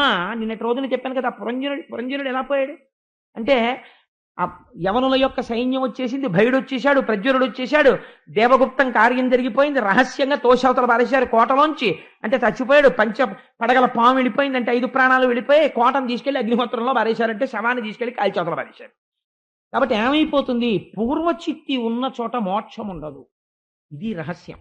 పూర్వచిత్తి అంటే సుఖమును సుఖముగానే తలుచుకొనుట. పూర్వచిత్, పూర్వము జరిగిపోయిన ఒక సుఖం ఉన్నది, దాన్ని తలుచుకున్నప్పుడు ఒక విచారణ జరగాలి మనస్సులో. అది సుఖమా? ఎంతకాలం అనుభవిస్తావు? అది సుఖమైతే నీకు నిరంతరము సుఖభావన ఇవ్వాలి. ఇవ్వట్లేదు కాబట్టి అది సుఖము కాదు. సుఖ వస్తువు అన్నది ఏది? ప్రమాణము వేదము. ఈశ్వరుడు సుఖ నిలయుడు, ఆనంద నిలయుడు. అందుకే ఆయన ఉంటే ఆనంద నిలయం అని పిలుస్తారు దాన్ని. అందుకని ఆయన పాదాలు పట్టుకొని తిప్పగలిగితే వైరాగ్యం ఉన్నట్టు. తిప్పలేకపోయావు, పూర్వచిత్తికి లొంగిపోయావని గుర్తు. ఇది ఇప్పుడు మిమ్మల్ని ఏ సీట్లో కూర్చోబెడుతున్నాడో తెలుసా అండి? భాగవతం చెప్పి సెల్ఫ్ జడ్జిమెంట్ టేబుల్ మీద కూర్చోబెడుతున్నాడు వ్యాసుల వారు. మీరు ఏ స్థితిలో ఉన్నారు అన్నదానికి మీరే ఉదాహరణ. సుఖములే జ్ఞాపకం ఉంటున్నాయి, వాణి ఎందే పూనిక ఉంటోంది, ఈశ్వరుడి వైపుకి తిరగట్లేదు, ఆ సుఖములు కావన్న భావన కలగట్లేదు, పూర్వచిత్తికి లొంగుతున్నావు. ఫలితమేమి? అగ్నిధ్రుడి యొక్క చరిత్ర వినండి. కాబట్టి బ్రహ్మగారు ఆ పూర్వచిత్తి అన్న అప్సరసని పంపాడు. పంపితే ఈయన ఎవరి కోసం తపస్సు చేస్తున్నాడండి? బ్రహ్మగారి గురించి. దేనికి? ఒక కన్యకామణి గురించి బ్రహ్మగారు పంపారు. కానీ మర్యాద ఏమిటి? బ్రహ్మగారు వచ్చి చెప్పాలి, నాయనా నువ్వు తపస్సు చేసావురా ఆడపిల్ల కోసం, ఎంత గొప్ప తపస్సు చేసావు. మరి కర్దమ ప్రజాపతికి శ్రీమన్నారాయణుడు ఇచ్చి చెప్పలేదు రేపటి రోజున నీ కోసం దేవహూతి వస్తోందని? అలా చతుర్ముఖ బ్రహ్మగారు వచ్చే వరకు వేచి ఉండాలి. అయా ఆయన తీసుకొచ్చి నాకు అప్పచెప్తే నీ వంక చూస్తాను తప్ప, లేకపోతే నేను చూడననాలి. కానీ ఈయనకి సుఖము అన్నది కనపడితే చాలా అక్కడ మనసు లగ్నం అవుతుంటుంది, అదో అలవాటు ఈయనకి. అందుకని ఈయన మనస్సు యొక్క స్థితి అది. కాబట్టి ఏం చేశాడు? ఆ పూర్వచిత్తి గజ్జెల చప్పుడు విన్నాడు, కళ్ళు విప్పాడు, చూశాడు, అబ్బో ఇంకా పెద్ద స్తోత్రం మొదలెట్టాడు. ఎలా మొదలెట్టాడంటే చాలా గమ్మత్తైన స్తోత్రం మొదలెట్టాడు. ఈయన తపస్సు కదా చేస్తున్నాడు, నువ్వు కూడా తపస్సు చేస్తున్నావా? నీ అందం ఏమిటి, అసలు నీ శరీరం ఏమిటి అని ఇంకా అంగాంగ వర్ణనం అంతా చేశాడు. చేసి నీ కేశపాశములు ఎలా ఉన్నాయి, నువ్వు పెట్టుకున్న పూలు ఎలా ఉన్నాయి, వాటి వెనకాతలు వస్తున్న తుమ్మెదలు ఎలా ఉన్నాయో తెలుసా? వేదం చెప్పగలిగినటువంటి మహాపురుషుడైనటువంటి వాడి వెనకాతల శిష్యులు ఎలా పెడతారో అలా వస్తున్నాయి తుమ్మెదలు. నీ లోకం ఎక్కడా, నువ్వేం తింటుంటావు, నన్ను ఒకసారి తీసుకెడతావా లోకానికి? ఇవన్నీ మభ్యపెట్టే మాటలన్నీ మాట్లాడాడు. ఫలితమేమి? పూర్వచిత్తి లొంగినది. ఏమవుతుంది? ఆ సుఖాన్ని తలుచుకొని అబ్బా సుఖం ఎంత బాగుంటుందో, ఆ పులిహార ఎంత బాగుంటుందో, నీ కర్మ పులిహారకేం లోటు లేదు, శుభ్రంగా చింతపండు పులిసేసుకొని తినచ్చు. కానీ పులిహార ఈశ్వరుడికి నివేదన చేసి ఎన్నాళ్ళయిందో, చాలా కాలం అయిపోయింది ఇంట్లో పులిహార నివేదన చేసి. మంగళద్రవ్యం పసుపన్నం. రేపటి రోజున మనం ఒక్కసారి పులిహార చేయించి నారాయణుడికి మనం నివేదన చెయ్యాలి. చేసి ఇంట్లో అందరం ఒక్కసారి ఆ పసుపన్నాన్ని తినాలి. తింటే మళ్ళీ మంగళములు కలుగుతాయి. ఈ మధ్య ఎందుకో మనస్సు ఆందోళనగా ఉంటోంది. అనుకున్న పని జరగట్లేదు. రేపు స్వామికి పులిహార నివేదన చేద్దాం, చేసి ప్రసాదంగా స్వీకరిద్దాం అన్నాడు అనుకోండి. మామూలుగా పులిహార తినడానికి పులిహార నైవేద్యం పెట్టి తిందాం అన్నదానికి తేడా లేదండి, చాలా తేడా ఉంది. బ్రహ్మగారు వచ్చి చూపించకుండా పూర్వచిత్తిని పొందడానికి, పూర్వచిత్తిని చూసి స్తోత్రం చేసి తను పొందడానికి తేడా లేదు, చాలా తేడా ఉంది. ఈ స్తోత్రానికి ఆవిడ లొంగితే ఆ పూర్వచిత్తితో కలిసి చాలా సంతోషంగా కాలం గడుపుతున్నాడు. ఇలా గడపగా గడపగా ఆయనకి 90 కుమారులు కలిగారు. 90 నాభి, కింపురుషుడు, హరివర్షుడు, ఇలావర్తుడు, రమ్యకుడు, హిరణ్మయుడు, కురువు, భద్రాశ్వుడు, కేతుమానుడు, ఇలా 90 కుమారులు జన్మించారు. చిత్రం ఏమిటంటే 90 కుమారులు అతి బలిష్టమైన శరీరాలు ఉన్నవారు. పూర్వచిత్తి యొక్క బలం వీళ్ళకొచ్చింది. మీరు ఆ మాట విన్నారా? బలం మొగాళ్ళలో ఉంటుందా ఆడదానిలో ఉంటుందండి?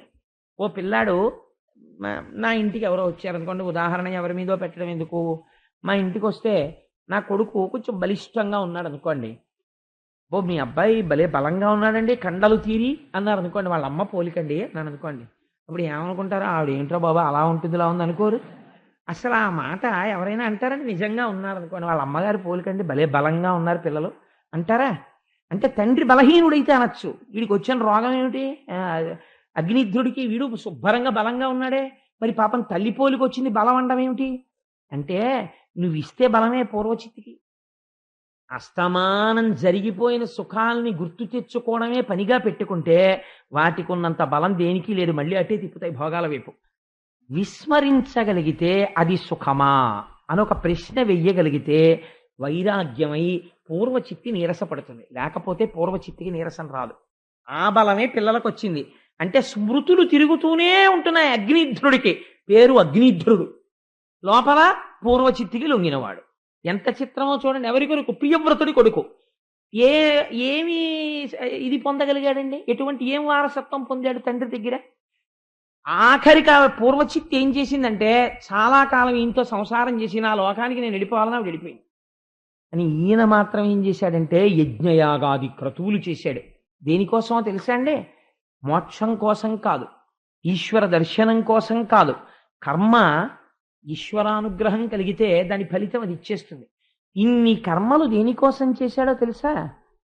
పూర్వచిత్తి ఎక్కడికి వెళ్ళిపోయిందో తను అక్కడికి వెళ్ళిపోవడం కోసం. అందుకని ఏమి పొందాడు? పూర్వచిత్తి ఉన్న లోకమును పొందాడు. అంటే ఏమవుతుంది అంటే, పొందిన సుఖాలనే తలుచుకు తలుచుకు తలుచుకు తలుచుకు కొడుకు మీదో కూతురు మీదో పిల్లాడి మీదో పిల్ల మీదో కుక్క మీదో పిల్లి మీదో భ్రాంతి ఉండిపోతే అక్కడికే వెళ్ళి మళ్ళీ పడతాడు. కాబట్టి ఏమయ్యాడు? అగ్నిధ్రుడు. అంతే, అంతవరకే. పూర్వచిత్తి ఏ లోకాన్ని పొందిందో ఆ లోకాన్ని పొందాడు.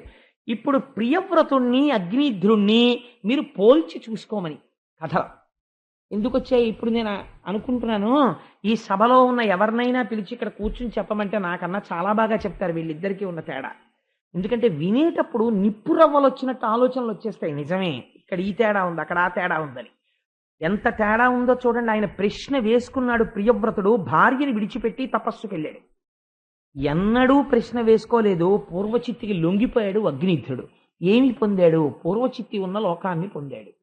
ప్రియవ్రతుడు ఏం పొందాడు? పునరావృత్తి రహిత శాశ్వత శివ సాయుధ్యమును పొందాడు, మోక్షాన్ని పొందాడు.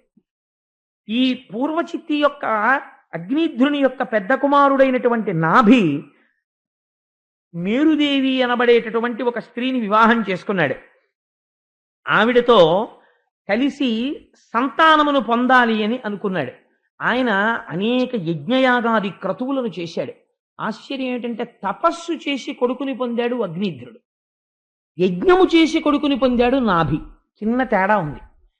నేను మీకు మొన్నటి రోజున ఒక మాట చెప్పాను. విష్ణు సహస్రంలో ఒక మాట ఉన్నది, యజ్ఞభృత్యజ్ఞకృత్యజ్ఞీ యజ్ఞభుక్యజ్ఞ సాధన యజ్ఞాంతకృత్యజ్ఞగుహ్యం అన్నమన్నాదయేవచ యజ్ఞో యజ్ఞపతిర్యజ్వా యజ్ఞాంగో యజ్ఞవాహన అని. యజ్ఞం అంటే నారాయణుడే. యజ్ఞం ఏం చేస్తుంది? నారాయణుని యొక్క అనుగ్రహాన్ని మీకు తీసుకొస్తుంది. యజ్ఞము ఎలా చెయ్యాలో అలా చెయ్యాలి, దోషం లేకుండా చేస్తే తప్పకుండా నారాయణానుగ్రహాన్ని పొందుతారు. నారాయణ అనుగ్రహాన్ని పొందితే ఏమవుతుంది అంటే, మీ ఇంట్లో ఫ్యాన్లు బిగించేసుకున్నారు, కొత్త ఫ్లాట్లో లైట్లు బిగించేసుకున్నారు, ఎగ్జాస్ట్ ఫ్యాన్ బిగించేసుకున్నారు, బెడ్ ల్యాంపులు బిగించేసుకున్నారు, అన్నీ బిగించేసుకున్నారు, కానీ ఇంటికి ఇంకా కరెంట్ కనెక్షన్ ఇవ్వలేదు. ఇప్పుడు ఇవి ఏమైనా పనిచేస్తాయా? ఏ రోజు దేనికోసం చూడాలి? ఏమంటే ఆ ట్రాన్స్కో వాళ్ళు నాకు కనెక్షన్ ఇస్తే బాగుండండి, కనెక్షన్ ఇస్తే బాగుండండి అనాలి. వాడు ఆ మెయిన్ వైర్ నుంచి వేళ్లాడుతున్న వైర్ తీసుకెళ్ళి ట్రాన్స్ఫార్మర్ నుంచి తీసుకొచ్చి కనెక్షన్ ఇచ్చాడు, అన్నీ తిరిగేశాడు. శ్రీమన్నారాయణుడు అంతే అంతే. ఈ జగత్తుకంతటికి సృష్టికర్త, స్థితికర్త, ప్రళయకర్త అన్నీ ఆయనే. అటువంటి బ్రహ్మము ఏది ఇవ్వలేదు. ఒకడికి మోక్షం ఇస్తుంది, ఒకడికి కొడుకునిస్తుంది, ఒకడికి కూతురునిస్తుంది, ఒకడికి గోవునిస్తుంది, ఒకడికి తానే పుట్టి పరిపాలన చేస్తాడు పృథు మహారాజు గారి లాగా. కాబట్టి ఇప్పుడు ఆయన ఏమి ఇవ్వగలడు? ఏమైనా ఇవ్వగలడు. కాబట్టి ఇప్పుడు ఆయన యొక్క అనుగ్రహాన్ని పొందాలి. ఏం చెయ్యాలి? యజ్ఞము చెయ్యాలి. కాబట్టి ఈయన ఏం చేశాడు? కొడుకు కోసం యజ్ఞం చేశాడు. యజ్ఞం చేస్తే ఆ యజ్ఞమునకు ప్రీతి చెందాడు భగవానుడు. ఈయనకి వచ్చినటువంటి రాజ్యము పేరు అజనాభము అని పిలిచారు, నాభి పరిపాలించాడు కాబట్టి. ఈయన చేసినటువంటి యజ్ఞమునకు సంతసించి శ్రీ మహావిష్ణువు ప్రత్యక్షమయ్యారు. ప్రత్యక్షమైతే ఒక ఆశ్చర్యకరమైనటువంటి సంఘటన జరిగింది. అక్కడ యజ్ఞం చేయిస్తున్నటువంటి వాళ్ళని ఋత్విక్కులు అంటారు. వీళ్ళందరూ లేచి నిలబడ్డారు శ్రీమన్నారాయణ దర్శనం కలగగానే. నాభి కూడా లేచి నిలబడ్డాడు. నిలబడి ఒక మాట అన్నాడు, స్వామి నువ్వు పరాత్పరుడవు, నీకు ఆది అంతము రెండూ లేవు, సృష్టి స్థితి లయ మూడింటిని చేసేవాడివి నువ్వే.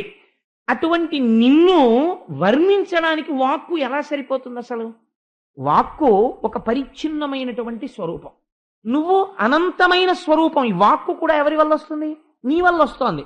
నీ వల్ల వస్తున్న వాక్కు నిన్ను ఎలా వర్ణిస్తుంది? అందుకని వర్ణించలేదు. అందుకని నేను ఒక్క మాట అంటాను, నమో నమః అంతే, నీకు నమస్కారము అంటాను. కాబట్టి కానీ నిన్ను నేను ఎందుకింత యజ్ఞం చేసి ఆరాధన చేశాను? ఒక కోరికతో ఆరాధన చేశాను. కానీ నేను ఇప్పుడు ఈ కోరిక కోరితే నువ్వు నవ్వుతావు. ఎందుకు నవ్వుతావో తెలుసా? ఒక మహాధనికుడైనటువంటి వాడి యొక్క దర్శనాన్ని అపేక్షించి ఒక వ్యక్తి కొన్ని రోజుల పాటు తిరిగాడు. అయ్యా ఒక్కసారి జమీందార్ గారిని కలుసుకోవాలండి, జమీందార్ గారిని కలుసుకోవాలండి అని. ఆఖరికి అక్కడ ఉన్నటువంటి సేవకులు వెళ్ళి చెప్పారు, అయ్యా పేద బ్రాహ్మణుడండి, 3 నెలల నుంచి మీ దర్శనం కోసం తిరుగుతున్నాడు, ఒక్కసారి దర్శనం ఇస్తే బాగుంటుందన్నారు. అయ్యో పేద బ్రాహ్మణుడా, కాబట్టి ఏదో కోరికతో వచ్చి ఉంటాడు, తప్పకుండా ప్రవేశపెట్టండి అనుకున్నాడు. అంటే జమీందార్ గారు ఏదడిగినా ఇద్దాం అనుకున్నాడు. ఆయన్ని పిలిచి, అయ్యా నేను మీకు ఏం చేయగలను చెప్పండి, మీరేమి ఆలోచించక్కర్లేదు, మీరు ఏమడిగితే అది నేను ఇస్తాను తప్పకుండా అన్నాడు. అంటే ఆ బ్రాహ్మణుడు అన్నాడు, నాకు ఒక దోషుడు ఊక ఇప్పించండి అని. జమీందార్ గారు ఆశ్చర్యపోయి ఆయనకు దోషుడు ఊక ఇవ్వండి. వాడు ఊకటు పోయాడు. ఏమైంది దీనివల్ల అంటే, ఆ బ్రాహ్మణుడు ఉన్నప్పుడు ఏమని పిలవాలి? మూర్ఖుడు అని పిలవాలి. 3 నెలలు తిరిగి జమీందారు గారి దర్శనం చేసుకుని దోషుడు ఊకడగడం ఏమిటండి?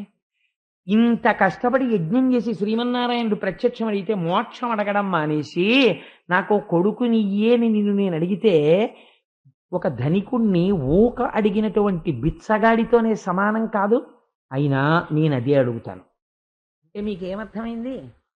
గృహస్థాశ్రమం పట్ల నాభికి ఉన్న గౌరవం అటువంటిది. తను ఒక కొడుకుని కంటే తప్ప పితృరుణం నుంచి తాను విముక్తుడు కాడు. కానీ ఆ కొడుకు తనని ఉద్ధరించేటటువంటి కొడుకు కావాలి. అందుకని ఇంకా ఆ విషయంలో సందేహం లేకుండా ఉండాలంటే ఈశ్వరుడి దగ్గర చమత్కారం ఉంటుంది. నాకు మంచి ఉత్తముడైన కొడుకుని ప్రసాదించు అన్నారనుకోండి. ఓసారి మృకండ మహర్షి అడిగారు అలాగా, అల్పాయుర్దాయం ఉన్న ఉత్తముడు కావాలా, దీర్ఘాయుర్దాయం ఉన్న మహాపాపి కావాలా అన్నాడు. ఎందుకు వచ్చిన గొడవ? అందుకు నేను తెలివైన పని చేశాడు నాభి. ఈయనన్నాడు, ఈశ్వరా నీకు ఒక లక్షణం ఉన్నది, యజ్ఞమునకు లొంగి నువ్వు కనబడ్డావని నేను అనుకోవట్లేదు, యజ్ఞమునకు ప్రీతి చెంది. ఆ మాట నేనంటే దోషం. ఎందుకో తెలుసా? నీ యందు ఒక గుణం ఉన్నది. పరమభక్తితో పరమ ప్రీతితో తెచ్చి ఒక నీటి చుక్క ఇలా పోస్తే నువ్వు లొంగిపోతావు. ఒక తులసి దళాన్ని తీసుకొచ్చి ఇలా అర్పిస్తే నువ్వు లొంగిపోతావు. నిజమే, వరాహ పురాణంలో ఈశ్వరుడు ప్రతిజ్ఞ చేశాడు, ఏకేన తులసి మాత్రదలేనాపి నరోత్తమ పూజయేద్భక్తి భావేనా సంరక్షామి ఇతి మత్పణః అన్నాడు. పరమభక్తితో ఒక్క తులసి దళాన్ని తెచ్చి నా పాదాల మీద ఎవరు వేస్తున్నారో వాళ్ళకి నేను లొంగుతున్నాను అన్నాడు ఆయన. అందుకని నువ్వు లొంగేటటువంటి స్వభావం ఉన్నవాడివి, భక్తికి వశుడు అవుతావు. అందుకని నువ్వు నాకు కటాక్షించడానికి కారణం నా యందు ఉన్నటువంటి భక్తిని నువ్వే ప్రచోదనం చేసి నాకు దర్శనమిచ్చి నన్ను ఉద్ధరించావు. ఇంతగా భక్తికి లొంగేవాడివి కాబట్టే నిన్ను కోరిక కోరుతున్నాను, నీలాంటి కొడుకునోణ్ణి నాకు ఇయ్యి అంది. అక్కడ ఉన్న ఋత్విక్కులు అన్నారు, ఈశ్వరుడు అలా ఇవ్వగలిగిన వాడే అని. మీరు ఒక మాట చూడండి, ఆశీర్వచనం చేస్తుంటారు. ఏదో పశ్చిమ దిక్కున ఉన్నటువంటి వరుణ ప్రసాదాత్ ఆయురారోగ్యైశ్వర్యాభివృద్ధిరస్తు అంటారు. అంటే పక్కన కూర్చున్న వాళ్ళు తథాస్తు అంటారు. ఎందుకండి వీళ్ళండం ఎందుకు? ఆయన అన్నాడు కదా, ఆశీర్వచనం చేశాడు కదా, వరుణుడి యొక్క అనుగ్రహము చేత నీకు ఏదో ధనధాన్య సమృద్ధి కలుగుగాక అన్నాడు. ఆల్ రైట్, సరిపోయింది, అక్కడతో ఆశీర్వచనం అయిపోయింది. ఆయన దగ్గర శిష్యరికం చేసేవాడు ఒక ఆయన కింద కూర్చుని తథాస్తు అంటుంటాడు. మన సత్యనారాయణ వ్రతంలో చూశారు కదా మీరు. దీనికి వెలిడిటీ ఎక్కడుంది? అలా ఎందుకంటారండి? పెద్ద ఆయన చేసిన ఆశీర్వచనం కన్నా ఈ పిల్లాడు కూర్చుని తథాస్తు అన్నది గొప్ప మాట. అలా ఎందుకు తథాస్తు అండం అంటే అదే రహస్యం. ఏమిటో తెలుసా అండి, ఈయన ఒక మాట అన్నాడు, ఇప్పుడు ఎవరివ్వాలి? వరుణుడు ఇవ్వాలి. వరుణుడు నీకట్లు ఇచ్చుగాక అని ఈయన అన్నాడు. ఈ ఆశీర్వచనం నిజమే. నువ్వు భక్తితో చేసి ఉంటే ఈశ్వరుడు అలా ఇచ్చి నీకు లొంగిపోయేవాడే. ఈయన చెప్పింది కరెక్టే, తథాస్తు ఈయన అంటాడు. అంటే ఏంటి? నీకేం అనుమానం అక్కర్లేదు, నువ్వు భక్తితో చేసి ఉంటే నీకు అనుగ్రహం వచ్చేస్తోంది. ఇప్పుడు ఇది ఎవరికి బైండింగ్? ఈశ్వరుడి మీదకి వెళ్ళి చుట్టుకుంటుంది. ఈయన తథాస్తు అన్నాడు అనుకోండి, ఇప్పుడు ఆయన తప్పుకున్నాడు అనుకోండి, బ్రాహ్మణ వాక్యాన్ని దాటాడు. ఆయన ఏదైనా చేస్తాడు కానీ బ్రాహ్మణ వాక్కు దాటాడు. ఎందుకని? బ్రాహ్మణోస్యము కమాసీత్, వేదము తెల్లవారితే పోషింపబడేది వాళ్ళ వల్లే. అందుకని ఏమవ్వాలి? వాళ్ళు తథాస్తు అన్నారు. కాబట్టి ఇక్కడ ఎవరైనా నిజంగా భక్తితో కూర్చున్నవాడైతే ఉత్తర క్షణం వాడికి అనుగ్రహం కలిగిపోతుంది. ఆయన అన్నాడు, నువ్విటువంటి స్తోత్రం చేసినందుకు లొంగాలో, ఈ ఋత్విక్కులు నువ్వు అడుగుతున్నప్పుడు తథాస్తు అన్నందుకు లొంగాలో, కానీ నేను లొంగవలసింది.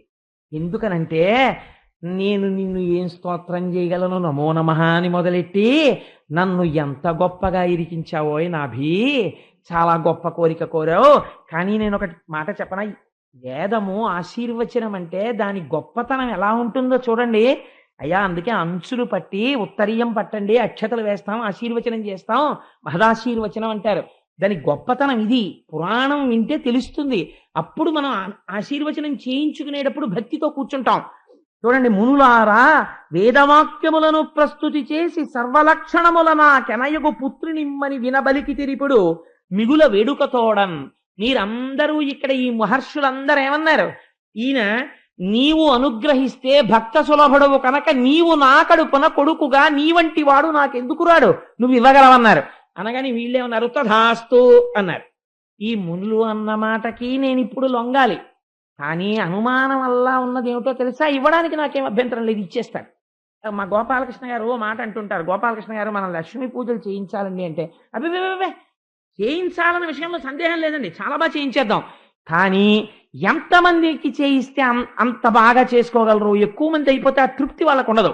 ఎంతమందిని కూర్చోపెడితే వాళ్ళు బాగా చేయగలరు అన్నదే నేను ఆలోచిస్తున్నానంటే. అందులో అప్పుడే ఆయన ఏ స్థితికి వెళ్ళిపోయారు? మనం ప్రపోజల్ వేస్తే దాని అకాంప్లిష్మెంట్, ఆ కార్యక్రమము జరగడం చేత కూర్చున్న వాళ్ళు పొందిన తృప్తిని కొలత వేయడం దగ్గరికి ఆయన వెళ్ళిపోయారు. ఇది కార్యసాధకుడికి ఉండవలసినటువంటి లక్షణం. అందుకే సుందరకాండ ప్రారంభం చేస్తే కిష్కింధకాండ చివరలో వాల్మీకి మహర్షి అంటారు, వేగవాన్ వేగ సమాహితాత్మ మనస్సమాధాన పరవీరహంత అని. మనస్సమాధాయ మహానుభావో జగామలంకాం మనసా మనస్వి. మనస్సుతో లంకాపట్టణాన్ని చేరిపోయారంతే హనుమప్పుడే అన్నారు. ఒక మాట చెప్తే ఆల్ రైట్ ఇలా వేసేద్దామండి, ఇవాళ సాయంకాలం కూర్చోబెట్టి ఎంతమంది పడతారో చూద్దాం అంటే అని నేను మధ్యాహ్నం చెప్తే సాయంకాలానికి 800 మంది పడతారు. బుధవారం నుంచి టోకెన్లు ఇచ్చేస్తాం, మీరేం తెచ్చుకోక్కర్లేదు, శనివారం నాడు లక్ష్మీ కళ్యాణం ఉంటుంది అని ఇప్పటి నుంచి ఉవ్విళ్ళు ఊరిపోయి అప్పుడే 800 లెక్క కట్టేసి టోకెన్లు ఇచ్చేసి సంతకాలు పెట్టించేసి, ఇది కార్యసాధకుడికి ఉండవలసిన లక్షణం. కాబట్టి ఇప్పుడు నువ్వు అడిగినట్టు నేను కోరిక తీర్చేస్తాను. కానీ నేను ఆలోచిస్తున్నది ఏమిటో తెలుసా? ఒకటే ఆలోచిస్తున్నాను, నాకాది లోకములలో నాకు సరివచ్చునట్టి నందను ఎటునాలోకింపను లేరు, కావున నాకున్ సరి నేన కామనమున ఎరుగుడి.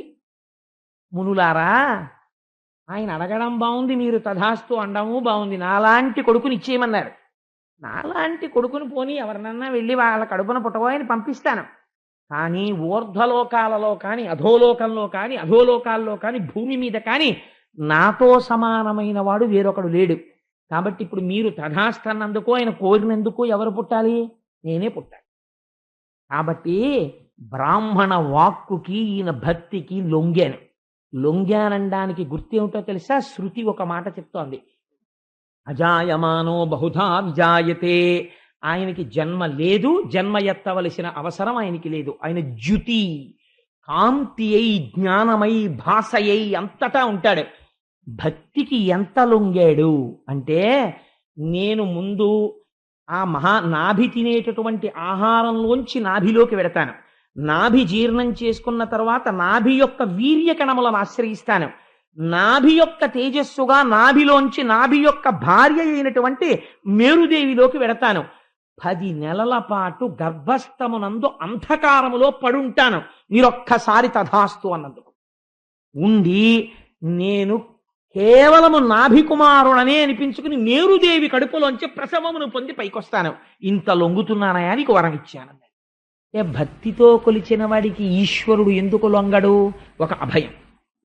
ఈ మాట అన్న తరువాత నాభి చాలా సంతోషించాడు. కొంతకాలమునకు మేరుదేవి గర్భాన్ని ధరించింది. ధవళకాంతియుక్తి ధనరుదేహంబును మహిత బలపరాక్రమంబు వీర్యమును తలంచి చూచి జనకుండు పేరిడే సుతుని ఋషభుడనుచు సొంపుతోడా అది ఎరింగి ఋషభుడంతటా. పిల్లాడు చూడండి, మనం సాధారణంగా ఒక మాట చెప్తుంటాం, నల్లగా ఉంటే శ్రీమన్నారాయణుడు, తెల్లగా ఉంటే పరమశివుడని. రంగ ప్రధానం, తత్వమా ప్రధానం? ఇప్పుడు వచ్చినవాడు తెల్లగా వచ్చాడు. నల్లటివాడు నేను పుడతానని వరం ఇచ్చాడు, తెల్లటి వాడిగా బయటికి వచ్చాడు. అంటే లోకానికి ఏదో జ్ఞానబోధ చెయ్యడానికి వచ్చాడు. తెలుపులోంచి అన్ని రంగులు పైకొచ్చి తెలుపులోకి వెళ్ళిపోతాయి. అంటే సృష్టి ఎందులోంచి వచ్చి ఎందులోకి వెళ్ళిపోతుందో చెప్పే మహాజ్ఞానిగా రాబోతున్నాడు.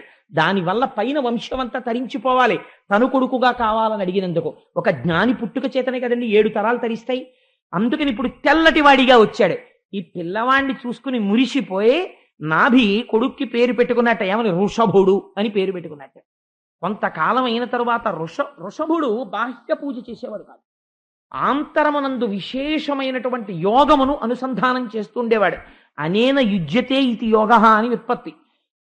ఒకటిలోకి అన్నిటినీ తెచ్చి లోపల సమాధి యందు దర్శనం చేయడం. ఇంద్రుడికి కోపం వచ్చింది, బాహ్య కర్మలు చెయ్యట్లేదు ఋషభుడని వర్షం కురిపించడం ఆపేశాడు. ఆపేస్తే తండ్రి వెళ్ళి ఋషభుడితో బాధపడ్డాడు, మన రాజ్యంలో వర్షం పట్టలేదురా, క్షామం వచ్చేట్టుంది. ఋషభుడు ఒక్క నవ్వు నవ్వి తన యోగ బలంతో మేఘాల్ని సృష్టించి తన రాజ్యం ఎంతవరకు ఉందో అంతవరకు వర్షాలు కురిపించాడు. కురిపిస్తే అది ఎరింగి ఋషభుడంతట యోగమాయాబలంబు కథన అఖిల రాజ్యమందు కురియజేసే అత్యంత సంపూర్ణ వృష్టి దినంబు వృద్ధి పొందా. దాని చేత ఎక్కడ చూసినా పంటలు పండి సస్యశ్యామలమైపోయి నాభి పరమ సంతోషం పడేటట్టుగా ఈ ఋషభుడు ప్రవర్తించాడు. ఋషభుడు లాంటి కొడుకు పుట్టాడు, అంతే చాలని పరమ సంతోషాన్ని పొంది ఋషభుడికి పట్టాభిషేకం చేసి, మీరు గమ్మత్తు గమనించాలి, తను కోరాడు, ఈశ్వరుడు కొడుకుగా వచ్చాడు. అయినా సరే ఎందుకండి ఎక్కడికో వెళ్ళి ఎందుకండి తపస్సు, మా ఇంట్లోనే ఉన్నాడుగా మా అబ్బాయి రూపంలో ఈశ్వరుడు అని అడ్వర్టైజ్మెంట్ చేసుకుని ఇంట్లో ఉండలేదు. ఇక్కడ ఉన్నవి భోగస్థానములే. నేను ఇక్కడ ఈశ్వరుణ్ణి పట్టుకోవాలి, మా ఇంట్లో తిరుగుతున్న ఈశ్వరుణ్ణి కాదు, ఇక్కడ పట్టుకోవడం నేర్చుకోవాలి ఈశ్వరుణ్ణి. అటువంటి తపస్సు కోసం నాభి ఇల్లు విడిచిపెట్టి వెళ్ళిపోయాడు. వెళ్ళిపోయి తపస్సు చేసి బ్రహ్మమునందు కలిసిపోయాడు. ఇప్పుడు నాభి ఒక కొత్త మార్గాన్ని ఆవిష్కరించాడు. ఏ మార్గాన్ని ఆవిష్కరించాడు? యజ్ఞము యొక్క గొప్పతనాన్ని ఆవిష్కరించాడు. యజ్ఞము చేత, భక్తి చేత పరమేశ్వరుణ్ణి ఎలాగా కట్టి తన కొడుకుగా తెచ్చుకోవచ్చు, గృహస్థాశ్రమంలో ఉన్నవాడు ఏ స్థితిని పొందవచ్చు. మోక్షం ఇమ్మనడగలేదు, కానీ ఋషభుణ్ణి కొడుకుగా పొంది వైరాగ్య సంపత్తి చేత తాను మోక్షం పొందాడు. ఇది నాభి యొక్క వృత్తాంతం. ఋషభుడు చాలా కాలం రాజ్యం చేశాడు, కొన్ని వేల సంవత్సరములు రాజ్యం చేసి ఆయన కూడా వివాహం చేసుకుని, ఆ వివాహం చేసుకున్న తర్వాత తన కుమారుల్ని పిలిచి రాజ్యం అప్పజెప్పేశాడు. అప్పజెప్పేసి వృద్ధుడై వెళ్ళిపోయే ముందు పిల్లల్ని పిలిచి ఒక మాట చెప్పాడు. ఇది అంటారు, ఋషభుడి యొక్క చరిత్ర ఎవరు వింటున్నారో అటువంటి వారికి సాక్షాత్తుగా శ్రీ మహావిష్ణువు యొక్క అనుగ్రహం కలుగుతుంది అంటారు. ఇంతటి అవతారం వచ్చి ఏమీ చెప్పకుండా వెళ్ళిపోయింది అనుకోండి, వెళ్ళిపోతే మానవాళికి ఒక సందేశం అందదు. అందుకే ఋషభుడు ఒక మాట చెప్పాడు పిల్లలకి, తనయులారా వినుడు ధరలోన పుట్టిన పురుషులకును శునకములకు లేని కష్టములను తెచ్చు కాన కామంబుల వలన బుద్ధి చేయవలదు మీరు. కుక్క ఎన్ని కష్టాలు పడుతుందో కుక్కని సాధారణంగా పవిత్రమైన ప్రదేశంలోకి రానివ్వరు. ఎందుకనంటే జ్ఞాని దృష్టిలో కుక్క అయినా ఒకటే, ఇంకోటైనా ఒకటే, అన్నిటి యందు సమబుద్ధితో ఉంటాడు. అందుకని కాదు, దాని దేహము యొక్క స్థితి చేత అది ఎక్కడైనా ఇంటి లోపలికి కానీ దేవాలయంలోకి కానీ ఇలాంటి చోట ప్రవేశిస్తే దేవతలు ఆ రోజు నివేదన స్వీకరించరు అని. అందుచేత ఏమవుతుంది, కుక్క ఎన్ని కష్టాలు పడుతుంది. అందుకే కుక్క ఒకదానికి చీత్కారం, చీ కుక్క. అందుకని కుక్క ముట్టేసిందిరా అంటారు. ఏదైనా వ్రతం పాడైపోయింది అనుకోండి, కుక్క ముట్టేసుకుందండి అంటారు. కుక్క ఎన్ని కష్టాలు పడుతోందో అత్యంత పవిత్రమైన ఉపాధిని పొందినటువంటి మనిషి కూడా అన్ని కష్టాలు పడుతున్నాడు. దేనివల్ల తెలుసా? ఈశ్వరుడి వల్ల కాదు, కేవలము కామము చేత. కామము అంటే మీరు ఒకటి అర్థం చేసుకోండి. కామము అన్న మాట నేను ఉచ్చరించినప్పుడల్లా నేను కేవలము స్త్రీ పురుష సంబంధమైన గ్రామ్య సుఖము గురించి నేను మాట్లాడటం లేదు. కామం అంటే కోరిక. కోరికకి ఒక లక్షణం ఉంటుంది. అది ఏం చేస్తుందో తెలుసా అండి? అంధత్వమును ఏర్పరుస్తుంది లోపల. ఎందుకని అంటే మీరు ఒక కోరికకి లొంగారనుకోండి, ఒక పరిమితమైనటువంటి కోరిక పెట్టుకుని మీ శక్తి చూసుకుని అక్కడ వరకు మీరు ప్రయాణం చేయడం గృహస్థాశ్రమంలో దోషం కాదు. కానీ మీ అలివిలేని కోరిక మీరు పెంచుకోవడం మొదలెట్టారనుకోండి, వాళ్ళని చూసి వీళ్ళని చూసి నాకు ₹1,00,00,000 ఉంటే బాగుండు, నేను కూడా అమెరికా అధ్యక్షుడిని అయిపోతే బాగుండు, లేకపోతే నేను కూడా ఇండియాకి ప్రైమ్ మినిస్టర్ అయిపోతే బాగుండు అని వెర్రి కోరిక పుట్టింది అనుకోండి, అర్థం లేని పనులన్నీ మొదలు పెడతాడు. దీనివల్ల ఏమైపోతుందంటే నీకు కోరిక పుట్టింది అనగానే ఆ కోరిక మిమ్మల్ని బంధిస్తుంది. ఇదేం చేస్తుందంటే మిమ్మల్ని తిప్పడం మొదలెడుతుంది. ఆ కోరిక ఎలా తీరుతుందండి? డబ్బులు రావాలి. డబ్బుల కోసం ఏం చేయాలి? తిరగడం మొదలెట్టాలి. ఇప్పుడు ఏమవుతుందంటే ధర్మము గాడి తప్పవచ్చు, అధర్మములోకి వెళ్ళవచ్చు, లేదా మీకు ఉండవలసిన దానికన్నా అనవసరమైన దానికి తిరగడంలో మీరు చెయ్యవలసిన ఈశ్వరారాధన మీరు వదులుకుంటున్నారు. కాబట్టి ఏమైపోయింది? కోరికలు మిమ్మల్ని బంధించేసి కళ్ళల్లో ధూళి పోసేసి కనపడకుండా చేసేస్తాయి. అప్పుడు కుక్క కన్నా హీనమైపోతాడు. ఏమంటారు అందరూ? ఛే, ఎందుకంటే వాడికి అన్ని కోరికలు, ఆ కోరికల వల్లే పాడైపోయాడంట. కాబట్టి కుక్కంత స్థాయికి ఎప్పుడు దిగజారిపోతావు, ఎప్పుడు ఛీ అనిపించుకుంటావు? కామన చేత. కామనని అదుపు చెయ్యి. ఈ కోరిక అవసరమా అని ఒక ప్రశ్నవి. అవసరమే, ఇది చాలా అవసరము అని నీకు అనిపిస్తే చెయ్యి. అలా అవసరము అనిపిస్తే, నేను ఒక మాట చెప్పనండి, మీకు ఒక పరమ యథార్థమైన మాట చెప్తున్నాను. నేను ఇవాళ అబద్ధం చెప్పడానికి నేను ఈ మాట చెప్పట్లేదు.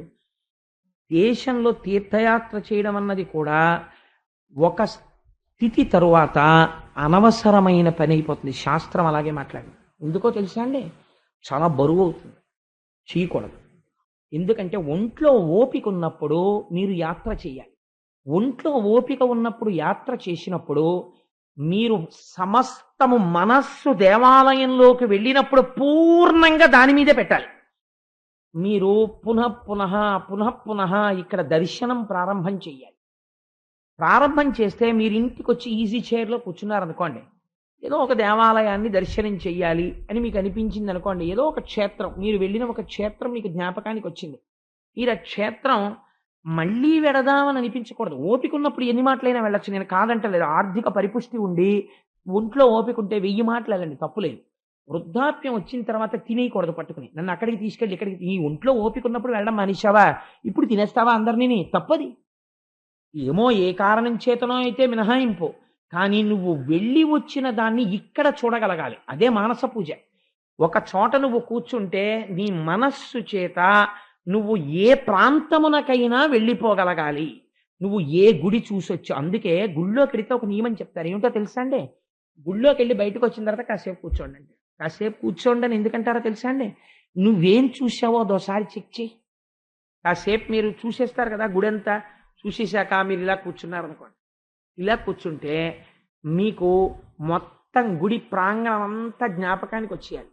నేను అయ్యప్ప స్వామి గుడికి వెళ్ళాలి అని అనిపించింది అనుకోండి, ఒక్కసారి నేను దొరగారి కారులోంచి దిగి ఆ రోడ్లోంచి అలా నడిచొస్తుంటే అక్కడ సెక్యూరిటీ గార్డు కనపడి అలా నేను కుడి పక్కకి తిరగగానే ఆ గట్టు దాటి లోపలికి వస్తే హనుమ చుట్టూ ప్రదక్షిణం, ఆ మూలకుండేటటువంటి సింధూరం డబ్బా, అక్కడ అద్దం, అక్కడ ఉన్నటువంటి బ్రహ్మచారి, ఆ ఎదురుగుండా ఉన్న పళ్ళెం, ఆయన నాకు పెట్టే పాదుకలు, అక్కడి నుంచి ఎదురుగుండా వెడితే ఉండే రామాలయం, దాని మీద ఉండేటటువంటి భగవద్గీత మూర్తి, అది దాటి వెళ్ళిన తర్వాత చట్ట, దాని మీద అరుగు, అరుగులోంచి దాటిన తర్వాత గడప, గడప దాటి వెడితే బల్ల, బల్ల వెనకాతల అతి సౌమ్యమైన ఆచార్యులు గారు, ఆచార్యులు గారి వెనకాతల గదిలో సీతారామ లక్ష్మణులు, హనుమ, ఎర్రటి ముఖంతో గులాబీ రంగుతో సీతమ్మ, ఆవిడ కిరీటం, నిలబడినటువంటి అమ్మవారు, ఆవిడ కట్టుకున్నటువంటి చీర, అందంగా ఆచార్యులు గారు కట్టేటటువంటి ఆ వస్త్రాలంకారం, పక్కన రామచంద్రమూర్తి, ఆయన చేతిలో కోదండం, ఆయన అభయహస్తం, కాళ్ళ దగ్గర ఇలా కూర్చుని ఆయన పంచె తగిలేట్టుగా కూర్చున్న హనుమ,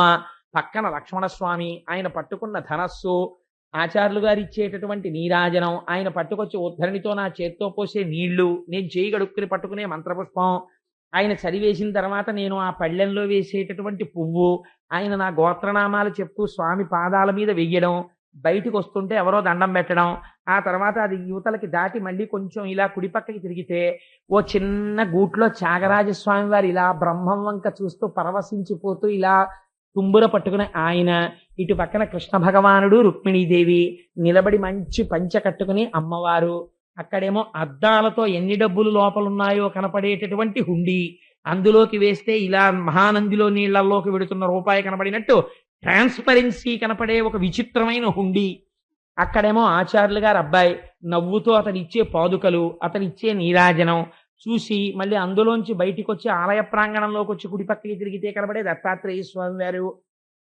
ఇవన్నీ నీకు ఇక్కడ ముద్రపడాలి. ఇప్పుడు అయ్యప్ప స్వామి వరకు నేను ఎక్కడ చెప్పను, ఇక్కడ నీకు కనపడ్డం మొదలైతే నువ్వు ఓపిక ఉన్నప్పుడు చేసిన దర్శనానికి ఏమైనా సార్థకత, ఇవి ఏవి నువ్వు చూడలేకపోతుంటే ఇక్కడ నువ్వు ఎందుకు గుళ్ళోకి వెళ్ళినట్టు? అలా ఎక్కడైనా పొరపాటు పడ్డావేమో చూసుకోవడానికే కూర్చోమంటారు. కూర్చుని కళ్ళు మూసుకొని నువ్వు గుళ్ళోకి వచ్చిన దగ్గర నుంచి ఏమేం చూసావో ఒక్కసారి గుర్తు తెచ్చుకుని, ఫలానా చోట ఏముంది గుర్తు రావట్లేదు అనిపిస్తే మళ్ళీ ఓసారి అక్కడికి వెళ్ళి చూసి నమస్కారం పెట్టి వెళ్ళిపోతే నీకు ఇక్కడ ముద్ర పడిపోతే వృద్ధాప్యం వచ్చిన తర్వాత నువ్వు ఎక్కడ కూర్చో, శ్రీశైలం పెడతావు, వెంకటాచలం పెడతావు, కాశీ పెడతావు, గయ ఎడతావు, ప్రయాగ ఎడతావు, ఎక్కడికైనా వెళ్ళిపోతావు. ఇలా వెళ్ళిపోగలిగితే నీ జన్మ సార్థకత అయిపోతుంటుంది. బాల్కనీలో కూర్చున్నట్టు కనపడుతుంటావు, కానీ నువ్వు కాశీలో విశ్వేశ్వరలింగానికి అభిషేకం చేసేస్తుంటావు. ఈశ్వరుడికి ఒక్కడికే తెలుసు నువ్వు అక్కడుండి అభిషేకం చేస్తున్నావు అవసర సంధ్య వేళలోని. నీ మనవలకి తెలియదు, మనవరాళ్ళకి తెలియదు, కోడలకి తెలియదు, కొడుక్కి తెలియదు. నాన్నగారు బాల్కనీలో కూర్చున్నారు చల్లగాలికి అనుకుంటారు, నువ్వు కాశీలో ఉండి విశ్వేశ్వరాభిషేకం చేస్తున్నావని ఎవ్వరికి తెలియదు. నువ్వు మనస్సుతో వెళ్ళగలవు. కాశీ విశ్వేశ్వరాలయం నీకు ఇక్కడ లేదు, నువ్వు ఎలా పెడతావు? నువ్వు వెళ్ళలేవు. నువ్వు వెళ్ళగలిగేది ఇక్కడ చూడగలిగితే. కాబట్టి ఇక్కడ ధారణ ఉండాలి, ఇక్కడ పూనిక ఉండాలి. ఆ పూనిక మాత్రమే మనిషిని పెంచుతుంది. అందుచేత ఆయన అంటున్నాడు కామన, ఈ కామన పెరిగిపోవడమే బంధహేతు అయిపోతుంది. దీన్ని విరగ్గొట్టడానికి నేను 2 మార్గములు చెప్తాను, జ్ఞాపకం పెట్టుకోండి. ఏమిటో తెలుసా? 1 తపము చెయ్యండి లేదా ధ్యానము చేయండి, ఈశ్వరుడు యందు భక్తిని పెంపొందించుకోండి. 2 సజ్జన సాంగత్యము చెయ్యండి. సజ్జన సాంగత్యము ఒక్క చోటికి తీసుకెడుతుంది, ఈశ్వరుడి దగ్గరికి తీసుకెడుతుంది. దుర్జన సాంగత్యము సంసారమునందు నొక్కి పెట్టి తొక్కేస్తుంది, ఊబిలోకి తొక్కినట్టు తొక్కుతుంది. నువ్వు సాంగత్య నిష్ట పెంచుకో. ప్రయత్నపూర్వకంగా భగవద్భక్తులతో స్నేహం చేసి వాళ్ళని గౌరవించడం నేర్చుకో. క్రమక్రమంగా అంతటా ఈశ్వరుణ్ణి చూడడం నేర్చుకో. నేను నాది అన్న భావన విడిచిపెట్టు. అరయ కర్మరూపమగు అవిద్యాజన్మమైన హృదయ బంధనాది లతల అప్రమత్త యోగమను మహాచురికచే తెంపవలయునంత తెంపుతోడా. కొంతకాలం అయిపోయిన తర్వాత ఇంకా అలా భోగాల్లో కొట్టుకుపోవడం కాదు, అగ్నిధ్రుడిలాగా కొంతకాలం అయిపోయిన తర్వాత జ్ఞానం అనే కత్తి చేత్తో పట్టుకుని ఈ అభిమానాలనేటటువంటి లతల్ని ప్రయత్నపూర్వకంగా తెగకోసి ఈశ్వరుడితో అనుబంధం పెట్టుకుని మోక్షమును పొందు అని తన బిడ్డలకి చెప్పి, నేను బయలుదేరుతున్నాను, ఇంకా నేను దేనిని పొందాలో దాన్ని పొందడానికి బయలుదేరుతున్నాను, మీ అందరూ రాజ్యం సంతోషంగా చేసుకోండి అని చెప్పి మహానుభావుడు బయలుదేరాడు. అంతే, ఆ క్షణం ఈ గీత అంటే లేదా ఈ వాక్యములను కొడుకులతో చెప్పడానికి మాట్లాడి పూర్తి చేసినది ఏది ఉందో దాని తర్వాత ఇంకా వృషభుడు జీవితంలో మాట్లాడవలసిన అవసరం లేదు. ఇంకా మౌనమే, ఏమీ కోరిక లేదు, ఇది నేను కాదు. ఈ లోనున్నదేది ఈశ్వరుడు. ఇది ఆయన్ని చేరుకునే వరకు ఇది అంటిపెట్టుకుని ఉంటుందంటే. కాబట్టి ప్రారబ్ధమైపోయే వరకు దీనితో ఉంటాను. ఇది పడిపోతుంది ఒకనాడు, లోపలది తన స్థితిని తాను పొందేస్తుంది. అందుకని అప్పటి వరకు దీన్ని మోస్తాను. కూలికొచ్చిన వాడు బియ్యం బస్తాన్ని ఎలా పట్టుకొస్తాడో మహాజ్ఞాని శరీరాన్ని అలా మోస్తాడు. కూలివాడు ఎప్పుడెప్పుడు బస్తా పారేద్దామా అని చూస్తాడు. మహాజ్ఞాని శరీరాన్ని ప్రారంభం అయిపోతే ఎంత తొందరగా వదిలిపెట్టేద్దామా అని చూస్తాడు. అందుకని ఆయన ఏం చేశాట, మౌని అయి వృషభుడు సామాన్యమైన అందగాడు కాదండి, నారాయణాంశ, బ్రహ్మాండమైనటువంటి భుజనూపురములతో గోచి కూడా తీసేశాడు. తీసేసి దిగంబరుడై అంతఃపురంలోంచి బయటికి వెళ్ళిపోయాడు. అందుకే రామకృష్ణ పరమహంస అంటారు, నోటితో చెప్పడం కాదు, వైరాగ్య భావన కలిగిన నాడు ఎటువంటి స్థితిని పొందుతాడో చూడండి. ఆ అంతఃపురంలో సింహాసనం మీద కూర్చుని రాజ్య పరిపాలన చేసిన వృషభుడు ఇంతటి అందగాడు, అంతెత్తు మూర్తి, దిగంబరుడై మౌనంగా నిశ్శబ్దంగా చిరునవ్వుతో వెళ్ళిపోతుంటే మోహమును పొందారట చాలా మంది. ఆయన యొక్క రూపాన్ని చూసి ఏం అందగాడని. ఆయన మాత్రం మాట్లాడకుండా వెళ్ళిపోతున్నాడు. అలా వెళ్ళిపోతున్నాడు. ఎక్కడికి వెళ్ళిపోతున్నాడు ఆయనకే తెలియదు, వెళ్ళిపోతున్నాడు. కొంత దూరం వెళ్ళిపోయిన తర్వాత ఒళ్ళ స్నానం లేదు, ఒళ్ళంతా ధూళి పట్టేసింది. ధూళి చేత మిగుల ధూసరితంబైన జడలు కట్టికడు పింగళి వర్ణనమున కేశపాశమును వెలిగించుతూ ఇతరులెవరు తన్ను ఎరుగకుండా.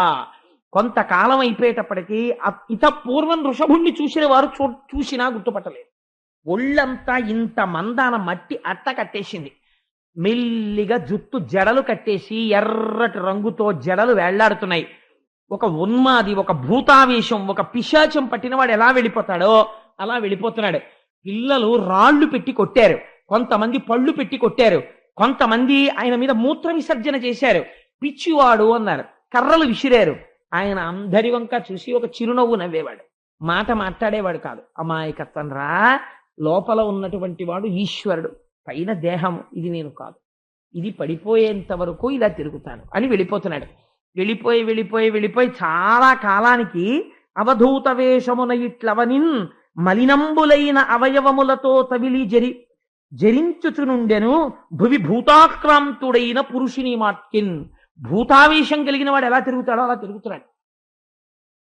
తిరుగుతూ కొంతకాలానికి ఎందుకు ఇంక తిరగడం, ఏదో చేతిలో పడితే తింటాం, దొరికితే తాగుతాం, ఏమవుతుంది, లేకపోతే దేహం పడిపోతుంది, ఈ దేహం నేను కాదు కదా, అది పడిపోతే వచ్చిన నష్టం ఏమిటి అని ఒక చిత్రమైన వ్రతం పట్టేట. ఏమిటో తెలుసా అండి, జనులకిట్లు యోగ సంచారమెల్లా విరుద్ధమనుచు ఆత్మ బుద్ధి చూచి అజగరంబు మాట్కి అవనిపై నుండే బీభత్స కర్మమునకు పాలుపడుచు.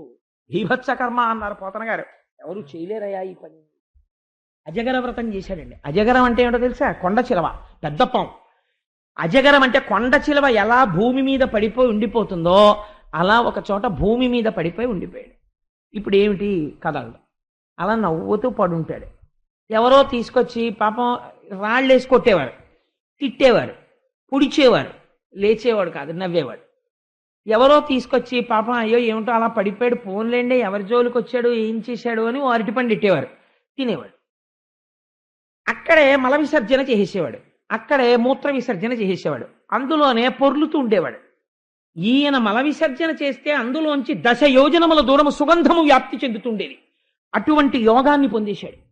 ఇంత యోగాన్ని పొందేస్తే, ఇంత ఆత్మస్థితిగతుడైపోతే సిద్ధులన్నీ వచ్చేసి అయ్యా నువ్వు పొందినటువంటి యోగ శక్తికి సిద్ధులన్నీ మేము నిన్ను వరిస్తున్నాం, స్వీకరించమన్నాయి. ఇప్పుడు ఆకాశ గమనంతో సహా దూరశ్రవణము, పరకాయ ప్రవేశము అన్నీ ఆయన దగ్గరికి వచ్చాయి. ఆయన అన్నాడు, నాకెందుకు ఇవన్నీ, నేను ఆత్మని, నేను ఆత్మలో కలిసిపోతాను, నాకు ఈ సిద్ధులు అక్కర్లేదని సిద్ధుల్ని వెళ్ళిపోమ్మని అలా పడుండేవాడు భూమి మీద.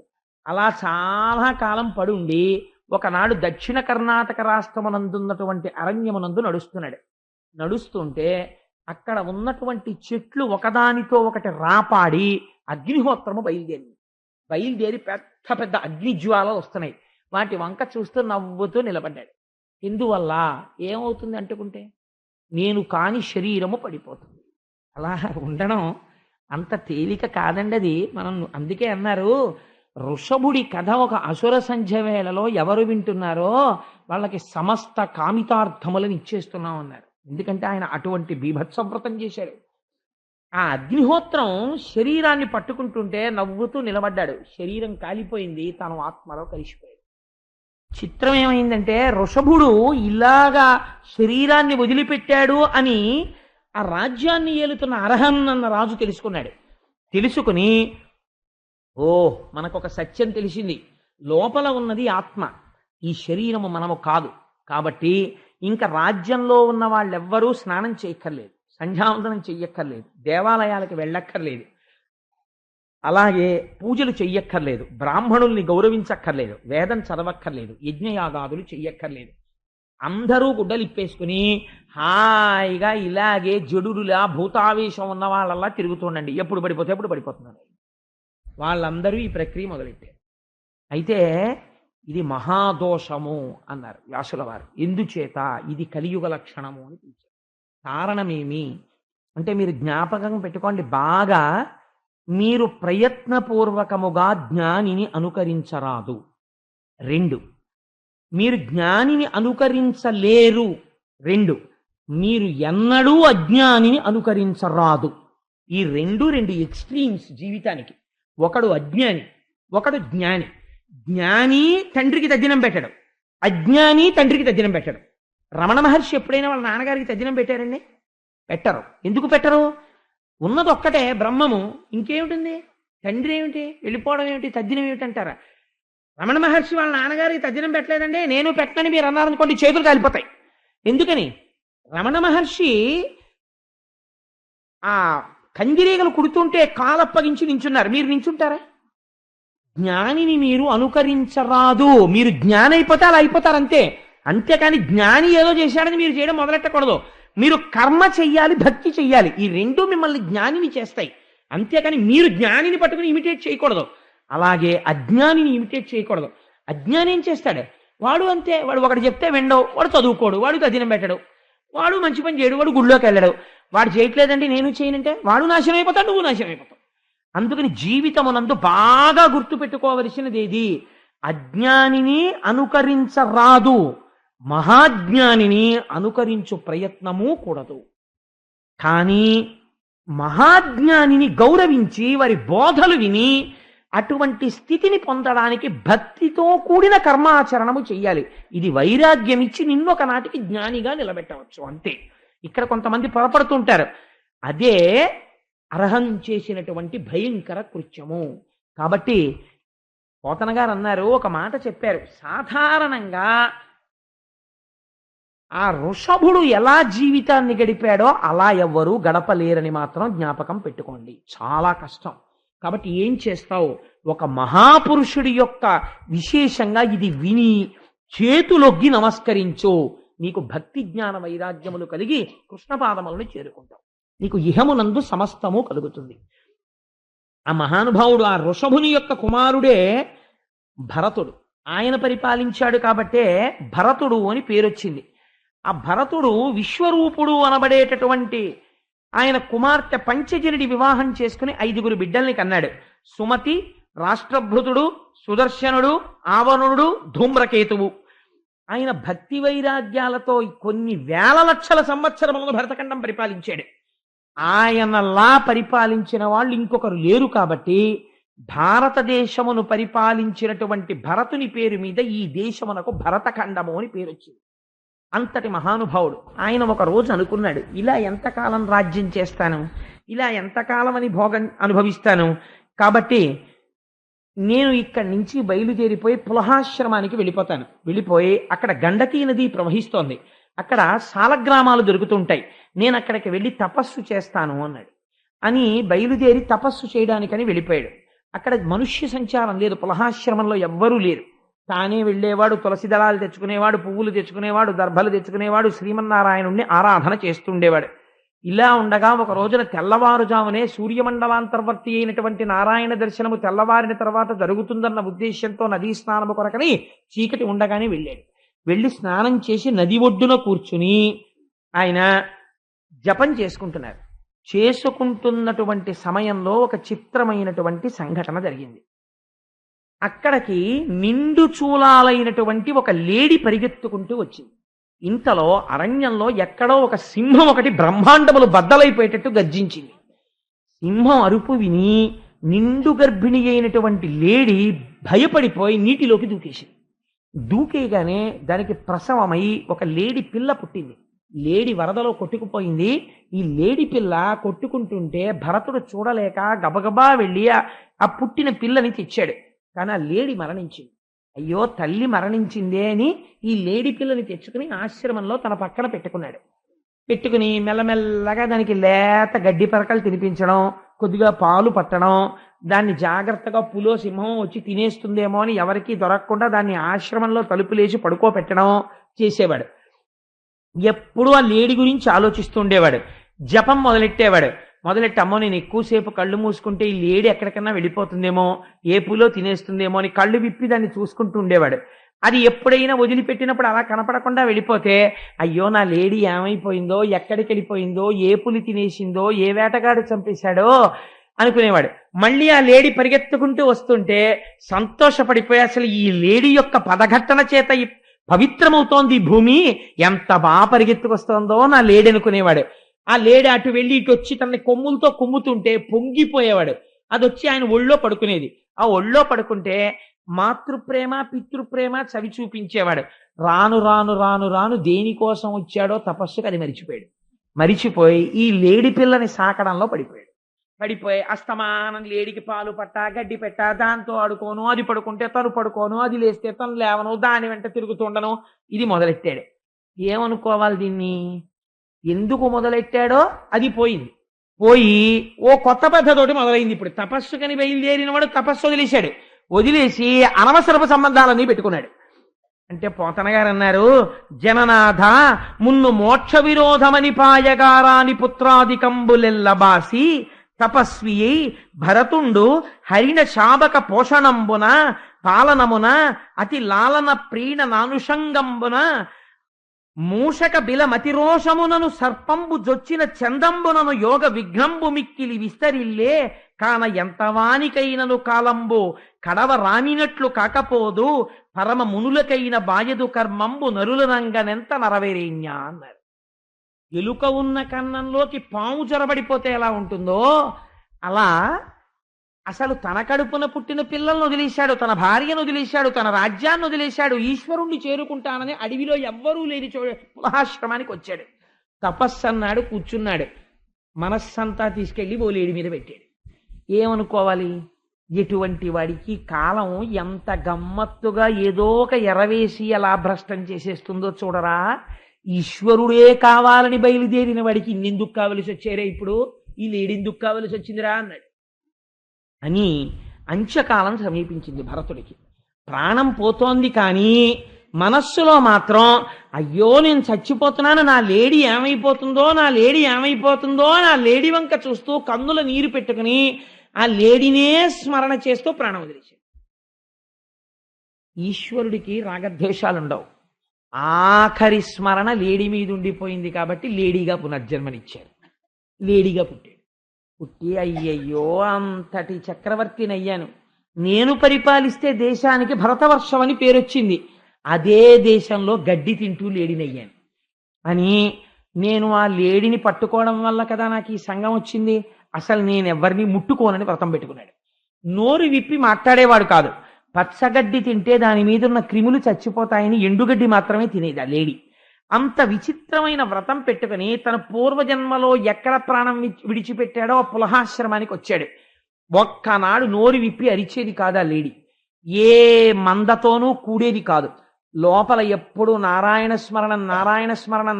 స్మరణం చేసుకుంటూ అలా ఎండుటాకులు ఎండుగడ్డి తింటూ జీవితాన్ని గడిపి అంచమునందు భగవంతుణ్ణే స్మరిస్తూ శరీరం విడిచిపెట్టింది.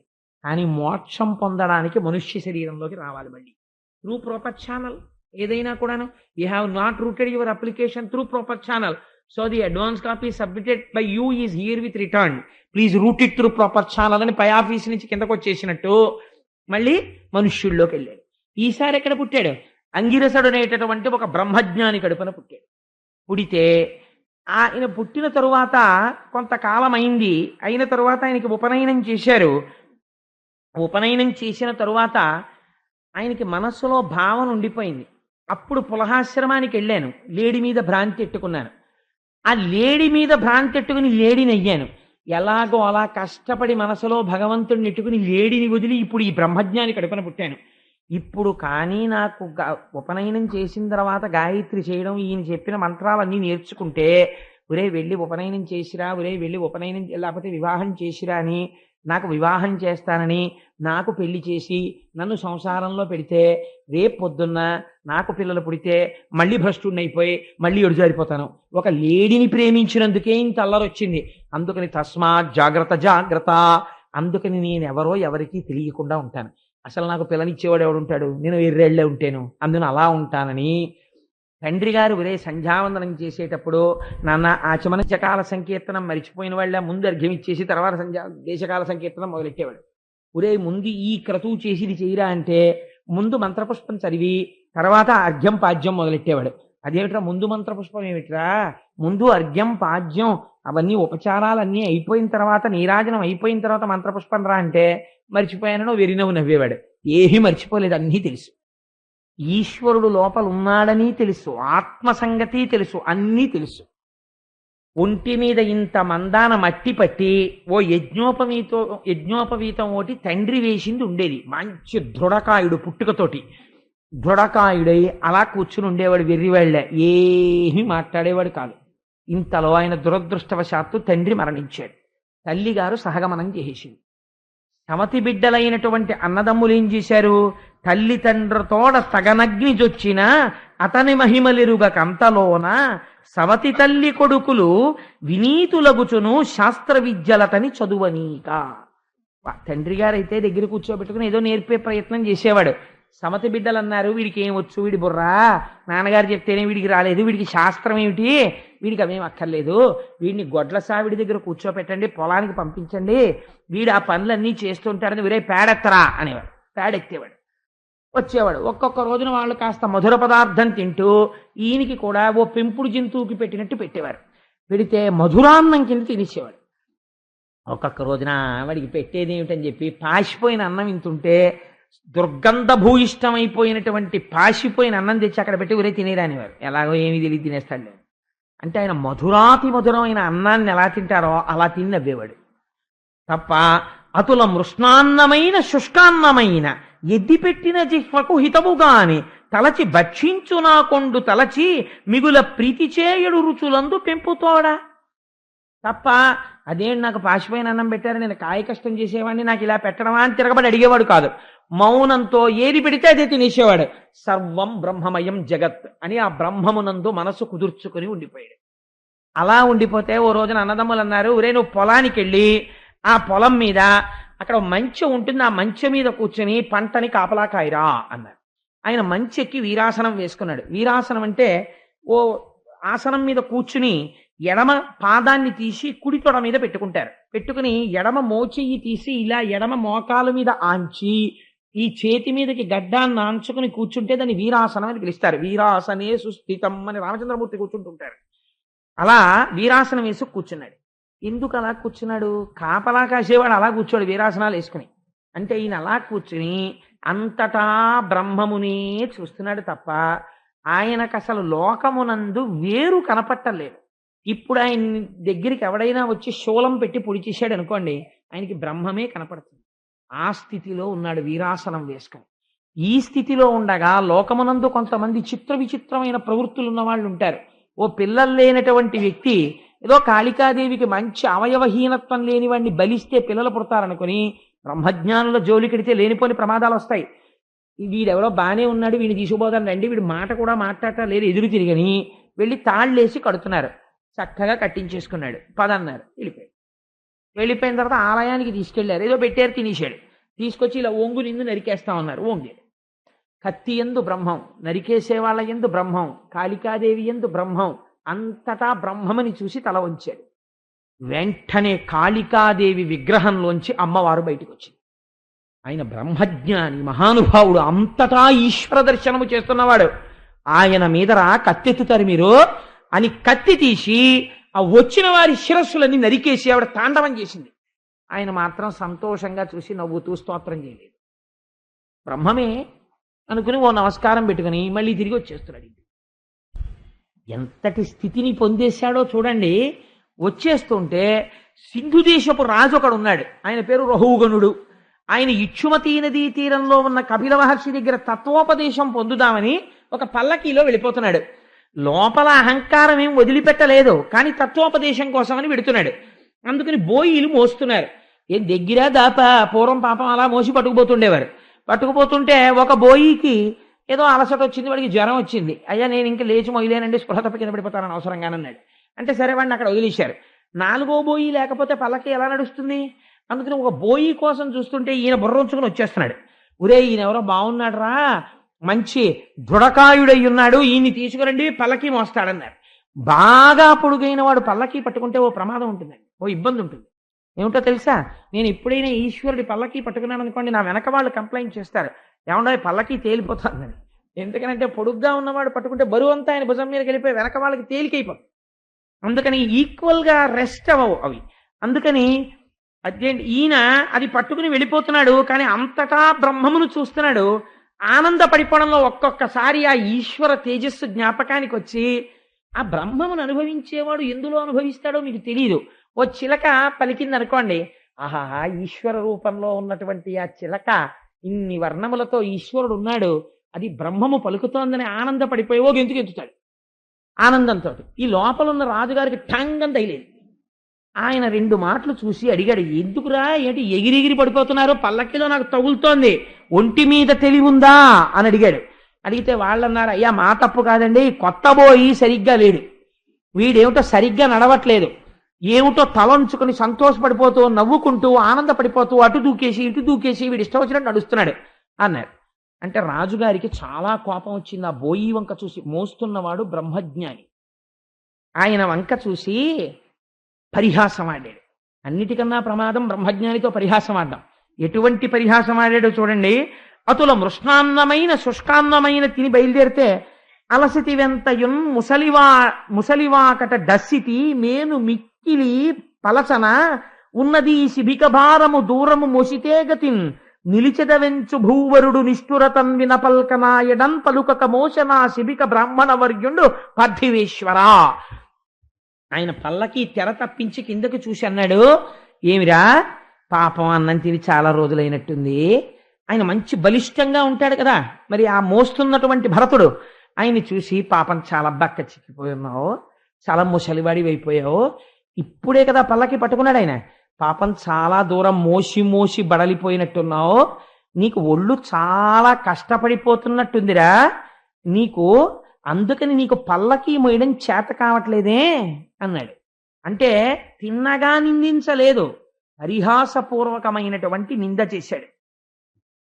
అలా నింద చేస్తే ఆయన ఏమీ మారు మాట్లాడకుండా ఇంకొక నవ్వు నవ్వి మళ్ళీ వెళ్ళిపోతున్నాడు. మళ్ళీ వెళ్ళిపోతుంటే మళ్ళీ రాజు అనుకున్నాడు, సరే నేను ఇన్ని మాటలు అన్నాను కదా, జాగ్రత్తగా మోస్తాడనుకున్నాడు. ఆయన ఈ మాటలు విని ఓ నవ్వు ఎందుకు నవ్వాడంటే, వీడు ఎంత వ్యామోహంలో ఉన్నాడు రా, నేను రాజును అనుకుంటున్నాడు, ఇంకోడు బంటు అనుకుంటున్నాడు, ఇన్ని ద్వంద్వాలు చూస్తున్నాడు రా అని ఆయన నవ్వాడు. ఈయన అందుకు నవ్వాడని ఆయనకి తెలియదు, జాగ్రత్తగా మోస్తాడని ఆయన అనుకుని తెరవేసుకున్నాడు. ఈయన మళ్ళీ బ్రహ్మమునందు రమించిపోతున్నాడు. రమించిపోతూ వెడుతూ మళ్ళీ దూకాడు. ఎందుకు ఇక ఠాంగుంది అయ్యింది. తగిలితే రాజు అన్నాడు, ఏమిరా నీకు ఒళ్ళు దగ్గర పెట్టుకుని మోస్తున్నట్లు నాకు కనపట్టలేదు, నీ బుద్ధి వక్రించి నడుస్తున్నావు, నిన్ను నా రాజదండనము చేత మామూలు మార్గంలోకి తిప్పే అవసరం ఉన్నట్లు కనపడుతోంది అన్నాడు. అంటే పలకమే అన్నాడు. అంటే ఇప్పుడు ఈయన మాట్లాడడం మొదలుపెట్టాడు. ఆయన అన్నాడు, రాజా నువ్వు మాట్లాడినది నిజమే, ఇప్పటి వరకు పుట్టిన తర్వాత భరతుడు మాట్లాడలేదు. ఇప్పుడు అన్నాడు, నువ్వు ఎవరిని శిక్ష వేస్తావు, ఎవరు ముసలితనాన్ని పొందుతున్నారంటున్నావు, ఎవరికి ఆకలేసిందంటున్నావు, ఎవరు మొయ్యలేదంటున్నావు, ఇవన్నీ చేసేది దేహం. ఈ దేహము నేను కాదు, నేను ఆత్మని అని ఉన్నవాడను నేను. ఆ దేహాన్ని శిక్ష వేస్తానంటున్నావు నువ్వు. చచ్చిపోయిన శవాన్ని ఎవరైనా శూలంతో పొడిస్తే పగ తీరుతుందా? అలా నేను ఈ దేహము కాదన్నవాణ్ణి తీసుకెళ్లి దేహానికి శిక్ష వేస్తే వాడికి ఏమైనా బాధ కలుగుతుందా? పిచ్చివాడా రాజా, ఇది నీ మాయని, నీ అజ్ఞానాన్ని బయట పెడుతోంది. ఈ మాట వినగానే రాజు ఆశ్చర్యపోయాడు. అమ్మ బాబోయ్, మోస్తున్నవాడెవరో సామాన్యుడు కాడు, ఒక బ్రహ్మజ్ఞాని మాట్లాడుతున్నాడు అని పల్లకి ఆపమని గభాల కిందకి దూకి ఆయన వంక చూస్తే గుర్తుపట్టడానికి ఒక యజ్ఞోపవీతం ఒకటే కనపడింది. ఆయన పాదముల మీద పడి నమస్కరించాడు. అయ్యా, బహుశः నన్ను పరీక్ష చేయడానికి మీరు కపిలుడే ఇలా వచ్చారని అనుకుంటున్నాను. నేను ఎవరి దగ్గర తత్వదర్శనం చెయ్యాలనుకున్నానో ఆ కపిలుడే వచ్చాడేమో. మీరెవరు? నిజం చెప్పండి. మీరు నాకు హితోపదేశం చేయవలసిన వారై ఉన్నారు. మహానుభావ, మీరు ఒక మాట అన్నారు ఇందాక, లోపల ఉన్న ఆత్మ నేను, పైన ఉన్నటువంటి దేహము నేను కాదు, దాన్ని నువ్వు ఎలా చంపుతావు? అది నేను కాదు అని నేను స్థిరమైన నిర్ణయమునందున్నవాడను అన్నారు. మీ మాటలు నన్ను చాలా సంతోషపెట్టాయి. మీ వంటి బ్రాహ్మణులు, మీ వంటి బ్రహ్మజ్ఞానుల జోలికి నేను రాను. ఎందుకో తెలుసా? నాకు ఒక గొప్ప భయం ఉంది. రాజు క్షమార్పణ చెప్పి ఆయన కాళ్ళ మీద పడ్డాడు. ధరణి సురలలోన తలప నెవ్వడ నీవు అవధూత వేషి అయి అవనియందు ఏమిటికై చరింపగ వచ్చి తిచ్చటికి ఒక్క ఒంటి సనుట నేను నన్ను కృతార్థుని చేయ అనుకూలడగుమన్న అట్టి ఆ కపిల మహామునీంద్రుడవో నీ మహత్వంబుదవిలి విచారింప నెరుగక చేసితి కరుణ చూడు తప్పు సైరింపు నే యమదండమునకు హరుని శూలమునకు వజ్రాయుధమునకు అనల చంద్రార్క ధనద శస్త్రాస్త్రములకు వెరమ విప్రునకునే మది వెరచినట్లు. మహాపురుషా, నువ్వే కపిలుడవేమో అనుకుంటున్నాను. నువ్వు బ్రహ్మజ్ఞానివి. నేను యమధర్మరాజు గారు వచ్చి పాశం వేసినా భయపడను. పరమశివుడు శూలమెత్తినా నేను భయపడను. సాక్షాత్తు సూర్య చంద్ర మొదలైనటువంటి దేవతలు వచ్చి నా మీద అస్త్రాన్ని ప్రయోగించినా నేను బెంగపెట్టుకోను. కానీ మహాపురుషులై బ్రహ్మజ్ఞానులైన బ్రాహ్మణుల జోలికి వెళ్ళడానికి నేను భయపడతాను. మీరు నాతో ఒక మాట అన్నారు, ఈ శరీరము నేను కాదు అని మీరు అంటున్నారు. కానీ నాకొక్క మాట చెప్పండి, లేనిది ఎలా కనపడుతోంది? ఈ కంటికి కనపడుతోంది కదా. ఎంత గొప్ప ప్రశ్న వేశాడో చూడండి. ఒక గిన్నెలో నీరు పోసి కొన్ని గింజలు పోసి అగ్నిహోత్రం మీద పెడితే ఉడికి అన్నము తయారైనట్టు లోపల కలిగిన కామన చేత దహింపబడి ఇంద్రియముల చేత పొందినటువంటి సుఖము వలన మనస్సు ఆనందమును పొందుతోంది కదా. ఇవి లేవని మీరు ఎలా చెప్తున్నారు అన్నాడు. ఇవి లేవు, ఆత్మ ఉన్నదని మీరు ఎలా అన్నారు అన్నాడు. అంటే అప్పుడు నవ్వి, రాజా, నువ్వు ఉపదేశం పొందడానికి అర్హతని పొందావు, అందుకుని చెప్తున్నాను.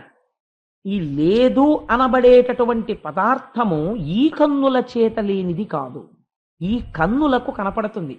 దీన్ని తిరస్కరించకపోతే నువ్వు ఏది కనపడుతోందో అది సత్యమని నిలబడిపోయిన వాడివే. ఇప్పుడు ఇక నీకు బోధ ఎందుకు? ఎదురుగుండా ఉన్నవారు మనుషులు, నేను మనుషుల్ని అనడానికి బోధ అక్కర్లేదు. ఉన్నదొక్కటే, సభాస్వరూపమైనటువంటి పరమశివునకు నమస్కారము అని అన్నాను అనుకోండి. ఇంతమంది లేరు సభలో, శివుడొక్కడే కూర్చున్నాడు అని నేను అన్నాను అనుకోండి. అప్పుడు నేను ఏదో ఒక స్థాయిలో మాట్లాడి ధన్యుడను కావడానికి ప్రయత్నం చేస్తున్న వాడి కింద లెక్క కదా. అంతేగాని మీ అందరికీ నా నమస్కారం అన్నాను అనుకోండి, అనేకత్వాన్ని నేను చూస్తున్నట్టు లెక్క. ఇంకా నేను ఇక్కడ కూర్చోడం ఎందుకు చెప్పడానికి? వెంటనే దిగిపోవచ్చు. కాబట్టి పరమేశ్వర స్వరూపమైన సభకు నమస్కారము అన్నాను అనుకోండి, సభాభ్య సభాపతిభ్యశ్చ వో నమో నమో. సభ అంతా నేను ఈశ్వర రూపముగా దర్శించుచున్నాను, ఒక్కటే కనపడుతోంది. కాబట్టి ఇప్పుడు ఏమైంది? ఈ నేత్రమునకు అనేకము కనపడతాయి. కారణమేమి? మూడిటి వలన. కాలము, బుద్ధి, నామము. రూపం ఉంటే నామం ఉంటుంది, నామం ఉంటే రూపం ఉంటుంది. మైకో అన్నాను అనుకోండి, ఇది గుర్తొస్తుంది తప్ప వైరు గుర్తురాదుగా. నామం ఉంటే రూపం, రూపం ఉంటే నామం. నామము రూపము రెండూ లేవనుకోండి, మాయ పోయినట్టు. మీకు నేను ఒక్క ఉదాహరణ చెప్తాను, టక్కన పట్టేసుకుంటారు మీరు. మీరు కొంచెం అర్థం చేసుకుంటే. నన్ను మీరేమని పిలుస్తారు? ఈ సభలో ఉన్న ఇన్ని వేల మంది కూడా రకరకాల పేర్లు పెట్టి నన్ను పిలవరు కదా. మీ అందరూ పిలిస్తే నన్ను ఏమని పిలుస్తారు? కోటేశ్వరరావు గారు అని పిలుస్తారు. ఈ కోటేశ్వరరావు గారు అని పిలవబడినప్పుడు నేనేమంటాను? ఏమండి అని మీ వంక తిరుగుతాను. ఈ కోటేశ్వరరావు అనబడేటటువంటి పేరు ఈ రూపమునకు ఎప్పుడు వచ్చినది? ఈ రూపము వచ్చిన తరువాత నామము వచ్చినది. ఈ నామము రాకముందు ఈ రూపము వచ్చినదా లేదా? వచ్చినది. ఈ రూపం ఎప్పుడొచ్చింది? మా అమ్మగారి కడుపులోంచి ఏదో ఒక రోజు వచ్చింది. రాగానే దీనికి ఆ కోటేశ్వరరావు అన్న పేరు లేదు. కోటేశ్వరరావు అన్న పేరుతో ఇది పిలవబడలేదు. ఇది ఏ పేరు లేకుండా అనామకమై పడి ఉన్నది. మా అబ్బాయి అంతే, శిశువు. కొంతకాలం అయిన తర్వాత నామకరణం చేశారు, దీనికి కోటేశ్వరరావు అని పేరు పెట్టారు. పెడితే ఇప్పుడు దీన్ని ఎవరైనా చూస్తే కోటేశ్వరరావు గారండి అని దీనికి పేరు పెట్టారు. ఇప్పుడు ఈ పేరు లేదనుకోండి, నేను కొన్నాళ్ళు పోయిన తర్వాత నేను అలాంటి పని చేయను, కానీ ఉదాహరణకు చెప్తాను, దీనికి నేను కామేశ్వరరావు అని పేరు పెట్టాను అనుకోండి, ఇందులో ఏమైనా మార్పు వస్తుందా? ఏమీ రాదు. రూపము నామము చేత మారడం లేదు, నామము రూపము చేత మారవలసిన అవసరం లేదు. కానీ ఈ రెండూ కూడా అశాశ్వతమే. కోటేశ్వరరావన్న పేరు, కోటేశ్వరరావని పిలువబడిన శరీరము, ఈ రెండూ అబద్ధం. ఎందుకని? ఇది ఒకనాడసలు నామకరణమునకు ముందున్నటువంటి ఈ శరీరం మా అమ్మగారి కడుపులో ఒక బుడగగా ఒకనాడు ఉన్నది. అంతక పూర్వము ఈ శరీరము లేదు కదా. కాబట్టి నామము రూపము రెండూ అబద్ధం. కానీ కోటేశ్వరరావని ఇవాళ పిలువబడుతున్నటువంటి లోపలను ఉన్న జీవుడిగా అజ్ఞానంలో ఉన్న ఆత్మ మాత్రం ఎప్పటి నుంచో ఉన్నది, దానికి పేరు లేదు. నామరూపములుగా కాలగతి ఎందు బుద్ధి చేత నిర్ణయింపబడి ఈ కంటి చేత భ్రాంతికి లోను చేస్తున్నది ఏదో అది మాయా. అది జ్ఞాననేత్రము చేత తిరస్కరింపబడుతుంది, మాంసనేత్రము చేత మగ్నము చేస్తుంది. అది నువ్వు తెలుసుకుంటే, ఇప్పుడు నేను నీకు చెప్తాను, ఒక్క మాట ఆలోచించు. ఇది పృథివీ, భూమి. ఈ భూమి మీద నా చరణములు పృథివీ, నా చరణముల మీద నా కాళ్ళు పృథివీ, నా తొడలు పృథివీ, నా కడుపు పృథివీ, నా గుండెలు పృథివీ, నా కంఠము పృథివీ, నా భుజము పృథివీ, నా శిరస్సు పృథివీ, ఈ పల్లకి పృథివీ, పల్లకిలో కూర్చున్న నువ్వు పృథివీ. ఇవన్నీ పృథివీ వికారములే. ఈ మాత్రం వికారానికి నువ్వు పెద్ద డెసిగ్నేషన్ పెట్టుకున్నావు, నేను మహారాజుని, వాడు బోయి అని నన్ను నిందించి మాట్లాడుతున్నావు. కానీ నువ్వు మాట్లాడడానికి ఆధారమైన ఆత్మ, నాలో ఉన్న ఆత్మ ఒక్కటే. రెండు శరీరాల్ని ధరించాయి. ఈ రెండు నామరూపముల చేత గుర్తింపబడుతున్నాయి, కానీ ఇవి మాయా. వీటికి ఆస్తిత్వం లేదు. లోపల ఉన్నదే శాశ్వతం. రాజా, నువ్వు ఇది తెలుసుకుంటే సత్యం తెలిసేసుకున్నట్టే, నీకు తత్వం అర్థమైపోయింది. కానీ ఇది అర్థం అవ్వకుండా ఏది చేస్తుందో తెలుసా? ఒక అడవి. ఏమా అడవి? మోహం అనే అడవి, సంసారం అనే అడవి. అక్కడ తోడేళ్లుంటాయి, మేకల వెంట తరువుకొచ్చినట్టు వస్తాయి. అది ఏవో తెలుసా? బంధుత్వాలు. ప్రతి వాడి ఇంట్లో ఈగలుంటాయి, పొమ్మంటే పోవు, తోలుకు తిని బతుకుతూ ఉంటాడు. అలాగే పిల్లలు, భార్య ఎప్పుడూ చుట్టూ వెంబడించి ఉండనే ఉంటారు. ఈగలు తోలుకుని అన్నం తిన్నట్టు ఇలా తోలుకుంటాడు, ఈగ బోలుతుంది, మళ్ళీ వచ్చి వాలుతుంది. ఇలా పోయినట్టుంటుంది, కామన మళ్ళీ వచ్చి వాలిపోతుంది, మళ్ళీ పుత్రేష ధనేష దారేష పట్టేసుకుంటుంటాయి. రాజా, వ్యవసాయం బాగా చెయ్యాలనుకున్నవాడు కలుపు మొక్కని కత్తిరిస్తే సరిపోదు, మళ్ళీ మొక్క పెరిగిపోతుంది. మొదటంట తీసి బయట పారేసి తగలబెట్టేయాలి ఎండిపోయిన తర్వాత. ధరించాలనుకున్నవాడు కామనని ముందు గెలవాలి. అలా గెలవలేకపోతే ఏమవుతుంది?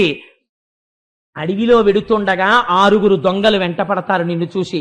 ఆ 6 ఎక్కడో లేరు, ఇక్కడే ఉన్నారు. 5 ఇంద్రియాలు, మనస్సు. ఈ 6 లోపల కూర్చుని ఇంత జ్ఞానం కలిగినా, ఇంత ధర్మం కలిగినా ఎత్తుకుపోతారు. నువ్వు పతితుడవైపోయి, పతనం అయిపోయి, మళ్ళీ మళ్ళీ మళ్ళీ మళ్ళీ పుడుతుండడం, శరీరంలోకి ఎడుతుండడం, ఇది నేను అనుకోవడం, దీని అనుబంధాలతో మగ్నం అయిపోవడం, ఈశ్వరుణ్ణి తెలుసుకోకపోవడం, అలా భ్రమణం తిరుగుతూనే ఉంటావు రాజా. ఏనాడు నీ జ్ఞాననేత్రం విచ్చుకుంటుందో ఆనాడు భాగవతుల యొక్క పాద సమాశ్రయణం చేస్తావు, వాళ్ళ పాదాల మీద పడతావు, బ్రహ్మజ్ఞానాన్ని పొందుతావు, భక్తితో ఉంటావు, కర్మాచరణము చేసి వైరాగ్యమును పొందుతావు. అదే మనిషి యొక్క పొందవలసిన స్థితి అని ఆనాడు మహానుభావుడు భరతుడు చెప్తే రహూగణుడు విని వైరాగ్యాన్ని పొంది కపిల మహర్షి దగ్గర పూర్ణ సిద్ధాంతాన్ని తెలుసుకున్నాడు. భరతుడు మోక్షాన్ని పొందాడు. ఇలా ఎంతమంది ఒక్క చిన్న పొరపాటుకి ఎన్ని జన్మలెత్తి భరతుడు మోక్షాన్ని పొందాడో, మనిషి యొక్క సాధన అనేది ఎంత జాగ్రత్తగా ఉండాలో, అరణ్యానికి వెళ్ళిపోతే మోక్షం వచ్చేస్తుంది అనుకోవడం ఎంత అమాయకత్వమో. ఇంట్లో ఉండి ప్రియవ్రతుడు మోక్షం పొందాడు, ఇంట్లో ఉండి నాభి మోక్షం పొందాడు. అంత వైరాగ్యంతో అంతఃపురంలోంచి బయటికి వెళ్ళి వృషభుడు మోక్షాన్ని పొందాడు. ఇంట్లో ఉంటే నన్ను ఏదో పట్టేసుకుంటుందని భయపడిపోయి ఇంట్లోంచి అరణ్యానికి వెళ్ళిపోయి 3 జన్మలెత్తి మోక్షం పొందాడు భరతుడు. కాబట్టి ఇల్లు కాదు నిన్ను పాడి చేసేది, నీ లోపల ఉన్న మనసు పాడు చేస్తోంది. అందుకే ఒక ఆధునిక కవి కొంచెం మాట ఒకటి అన్నాడు, గురుగుచుందురు జుత్తు కొన్ని 100 సార్లు దాని పాపమేమో కానరాదు. అఖిల పాపములకు నిలయమైన మనసు గొరగడేమి మానవుండు. తలనీలాల స్థమానం ఇచ్చేస్తే ఎంతకని సరిపోతుంది? మళ్ళీ పుట్టేస్తున్నాయి పాపాలు. పాపాలకి నిలయమైన మనస్సుని ప్రక్షాళన చేయమే.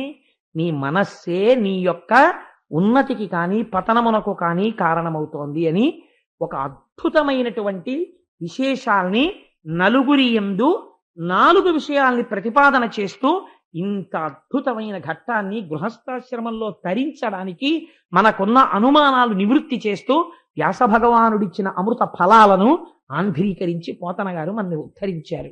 రేపటి రోజున కొన్ని పరమోత్కృష్టమైన ఘట్టాలు, రేపు విశ్వరూపోపాఖ్యానము మొదలైన వాటిని రేపు ప్రారంభం చేస్తాను.